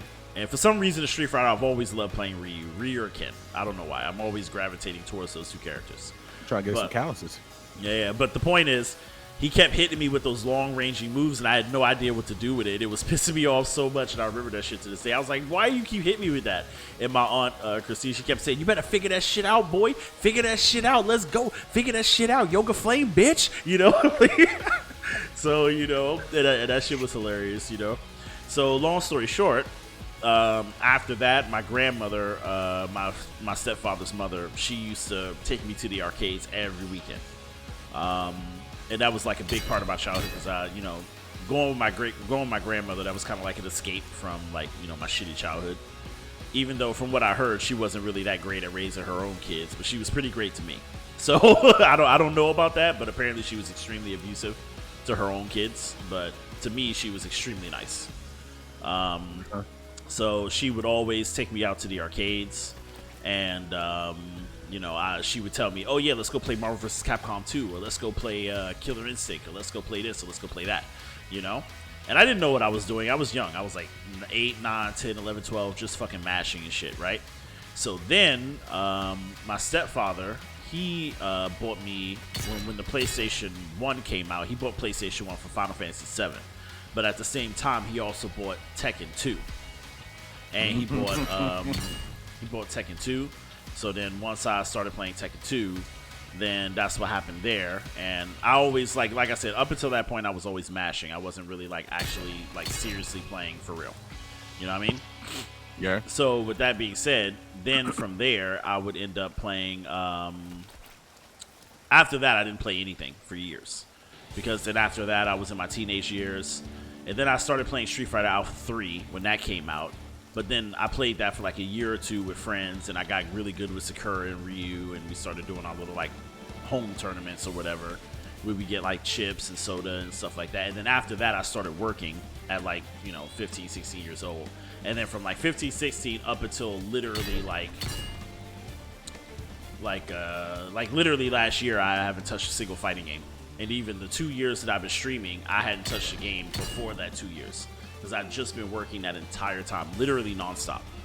So then, once I finally got back into fighters, like I said, CJ was the one who got me back in, and then, you know, the fighting game community was all nice and everything. So that's kind of my story. So Saito, what's yours? Like basically like you, I grew up in the arcades. Played MK1 back at home when I got it. What did I get it for? What was that for? I think it was like the Sega, if I'm not mistaken. Played that a lot, and then, you know, got my hands on my very first PS3. I didn't really start taking fighting games seriously until MK9 came out. MK9 is still by far, at least in my opinion, one of the greatest fighting games I ever got my hands on. I put all my time and dedication to that game, and I wanted to be the best I possibly be. Which brings us to FGC. Like, now they got teams. Back in the day, they had clans, and then they had them top clans, and my overall goal and strive to get into those big clans is what drove me to just keep playing. And if you didn't keep playing, your skills just wane. I played no other game, because I don't know if y'all have the same feeling. When you play another game that's not a fighting game, it feels like, yo, it's like all the buttons, they just leave your soul, and you're no longer relying on muscle memory. It's just gone. You got to repick up the whole game. Then transition over, we get to MKX. Starting off, I was hot garbage with it. And then I said, for this game, I'm gonna dedicate myself to only one character. And I only still play one character. I don't know how to play no one else on the roster. And then come time to MK11, I felt like the whole game changed. I was enjoying the first time come around. I didn't want to be as good as I was at this game than I was at the predecessors of the game. I felt like fighting game spirit was leaving my soul. And then ergo, I meet y'all, I fight Jay, and I said, damn it, I gotta get good. Because if I don't get good, I can't whoop him. And if I can't whoop him, I can't whoop nobody else. And now I'm out here losing the meta bitch ass jacks. But it is what it is. All right, so I have one final question now. One final question to tie this up. Favorite fighting game? Mon? MK9. MK9. Mon, I'm going to say low-key Virtua Fighter. Original Virtua Fighter. I played that game so much. Bro, Jay? play DOA. Nah, fuck that. Jay? For me, it's MK11. I only played 2, and I only really understood 1 because I only dedicated a lot of time to 1. So, yeah, MK11. And CJ, we already know yours as well. Street Fighter 4, yep, of course. Ultra Street Fighter Bro, 4. I really wish I knew CJ back in Super Street Fighter. Look, I wanted to main only 2 characters in Super Street Fighter 4. I wanted to main Ken, but I don't think Ken... And I don't know how the meta was on Super Street Fighter 4, but I know Evil Reed was nasty. Ken is broken. Ken is broken. I would have loved that match because I needed a she show in that game so bad. Yeah. I feel like it dynamically Street Fighter and Tekken are the hardest fighting games fundamentally to ever learn, especially Street Fighter, because you can't mash in the game. It's not a button masher. It's timed attacks. Yeah. You got to know when to press it or you can't chain combos. Bloody Roar 2, nice. Yep. Bloody Roar 2 was pretty fun as well. I really wish I would have. I got Super Street Fighter 4. Teach me how to play the game so I can play it online. I'm about Yeah, to I get. could. Actually, I'm about to cop Street Fighter 4. I Actually, could. I was actually thinking about buying it the other day, but I chose not to. I went and bought MK. I literally went and bought MKX just to go online to see if I was still bad at it. And lo and behold, I'm dropping people. Fake Light said, "What happened to my beard?" Remember, you guys smashed the sub goal, so I had He to didn't steal fucking. his eyebrows, man. I was supposed to shave my eyebrows, but I convinced the chat to accept me to shave my beard instead. So Doesn't look that bad though. Doesn't look that bad. Yeah, it's all right. Big Flames is going on. MK11 first fighter as well. Chat, you guys drop your favorite fighting game in the chat as well. Let's hear. Let's see it. Anyway, Matter of fact, oh no, never mind. first fighter clan here. They need to revamp Bloody War. They need to bring back Killer Instinct, bro. No, Jay, I got a question for you. With MK11 is like, it's not your only game that you took too seriously. You do have another fighting game in your genre, right? Like in your arsenal that you know that you're good at. I was okay at MKX, but I didn't know any fundamentals. Like an MKX, to be honest, like you could just 50-50 people not know how to play neutral because of the run mechanic and armor, and you didn't really need to know, you know, too much. As long as you had decent execution and could do big combos and knew how to do overhead low 50s, you could win. Overhead so I low was 50s? Yeah, I was decent in that sense, but MK11's like my real first fighting game where I actually took seriously, learned frame data, neutral, spacing, punishing, all the fundamentals stuff. This is the first time I actually took seriously for fighting games. Now, with the knowledge that you possess now, if you had a chance to go back in the past with the knowledge that you have, would you have took an MKX seriously? Definitely. All the pro players for NRF games, like Tweety and all them, always say like they hated MKX. So for all I know, I could have all the information I have now and actually dislike it. You know what I mean? Because that's how it seems they are. But MKX, when I did play, it was super fun. So it'd be. Now, I like to see a lot of players I actually enjoyed it. Like my boy Rod, freaking my boy Nix. They enjoyed it. I don't know about anybody else, but everyone's take on the game is so different. A lot of people hate MK9, but you know, a lot of people say, "Yo, make a remake of MK9. What's good? What's going on?" No. I would definitely take it seriously just to see if I still enjoyed it as much as I did. Oh yeah, X-Men vs. Capcom was lit. That game used to be lit as fuck, bro. I used to play Wolverine. Used to mash out his fucking hyper combo, bro. Back in the day. You know what I'm talking about, CJ? Yeah, of course. Yeah. Fucking, I used to just love seeing him fucking slash across the street like, nah, you know? I love that game. No, Nix is one of those fools that will love to run sets with anybody. Like, go to his stream, he'll run it with you. I guarantee it. Last fighting game. So we got Tekken 5, we got Tekken 3, we got MKX. Tekken 4 by far the best Tekken. Don't at me. A lot of people say MK11 their first fighter. So it seems like it was a great idea that we decided to do this community coaching life. So I definitely want to thank Jay and CJ for spending, 3.5 hours? I didn't even realize. Goddamn. 3.5 hours giving y'all the game. We're also going to put this up on YouTube as well. So make sure you guys subscribe to the PCD YouTube if you guys want to watch this back, because it'll be up there probably sometime this week, because I got like 4 other videos scheduled ahead of time. But yeah, what else are we going to do today, guys? And by the way, we just hit 4,000 followers. I guess when Pulse was our 4,000 follower chat. Congratulations, my dude. Congrats. Let's go. No, congratulations to y'all. It's the community, man. I'm just here. You know? I'm just here, you know? I'm just here, man. I'm just hosting, you know. You got my support 100%.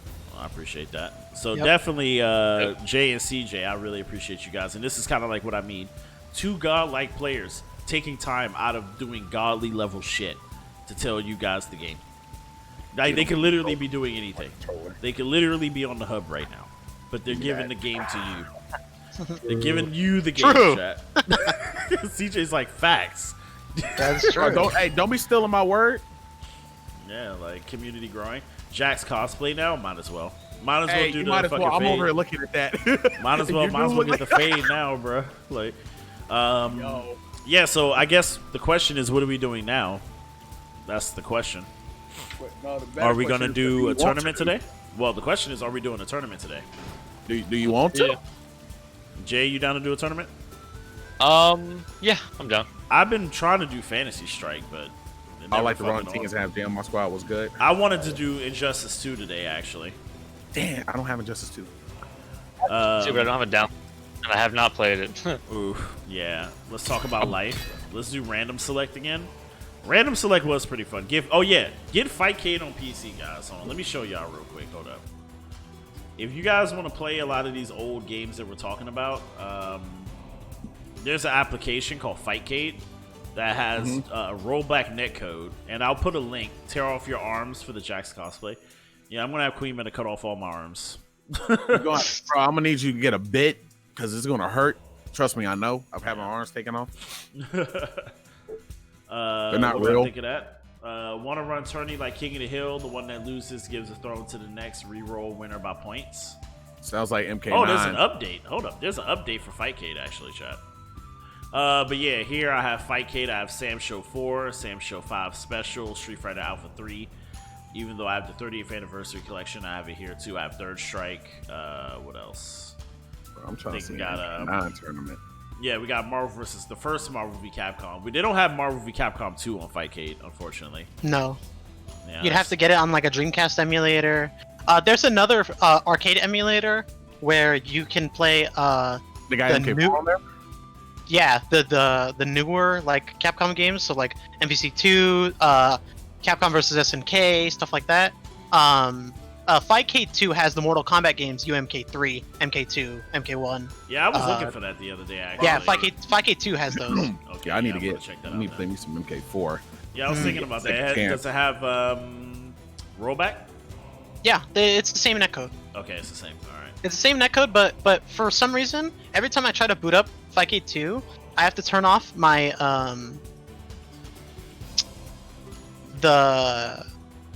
the virus detector or whatever, because it detects it as a virus for some reason. I don't know why, but that's the only weird thing about Fightcade 2.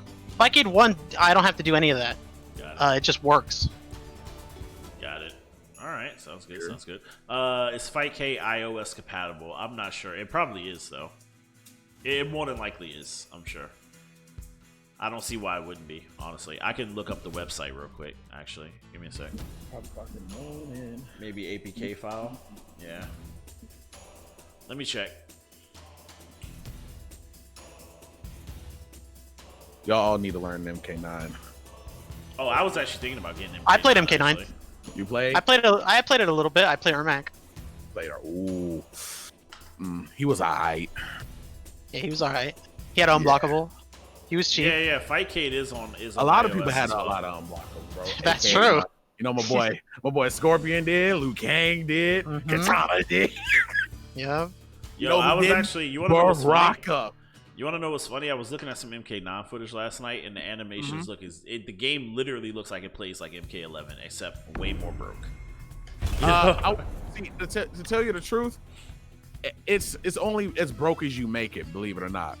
But the thing is, the game mechanics are so fast that your reactions have to be spot on. A Liu Kang player compared to, like you say, Ninja Killer. Ninja Killer is as the godliest, Liu Kang ever, but he tries to apply those fundamentals and he brings it over here with the mechanics that they are here. His instant airs will be unholy because they're that easy. All right, yeah, that's crazy. All right, guys, I'm dropping socials. I'm dropping socials in the chat real quick. Make sure you guys follow that. Now we are going to figure out what kind of tournament we are going to run. So CJ and Jay, thank you guys. But me and Cyber are going to move to the commentators booth. This is gonna make sure you guys DM me like any links you want me to include in the video, like the description of the YouTube video as well. I think like the most important thing that I can think of like that would be it would be important for people to see. I think Corey Gaming is one of the most important things. Like I love that ever since they came out with that. I was like, yeah, that is like so good for new people, and it's like concepts that even me as like at the time that I seen it, I was like, you know, getting really pretty good at fighting games, and I was like, oh well, there's some concepts and things that he said that I think I could reflect in when I play. Well, that's But yeah, interesting because I just came back to start watching. I actually went back to all those Core A videos. Like I watched them a year ago, and then I came back recently and I started rewatching his whole channel again. Yeah. It's always informative, no matter what level of player you are. So definitely check out Core A Gaming if you haven't already. Yeah, for sure. So yeah, But yeah. make sure you hit me with any links, like your socials or whatever that you want me to include in the thing. Yeah. You as well, Jay. And yeah, that's it. So Okay. thank sure, you guys bro. for coming through. Appreciate it. Stick around because we might do some sort of weird ass tournament right now. So Okay. Jay will for sure be here. I'll be here. all right, Jay, I'm moving you to the commentators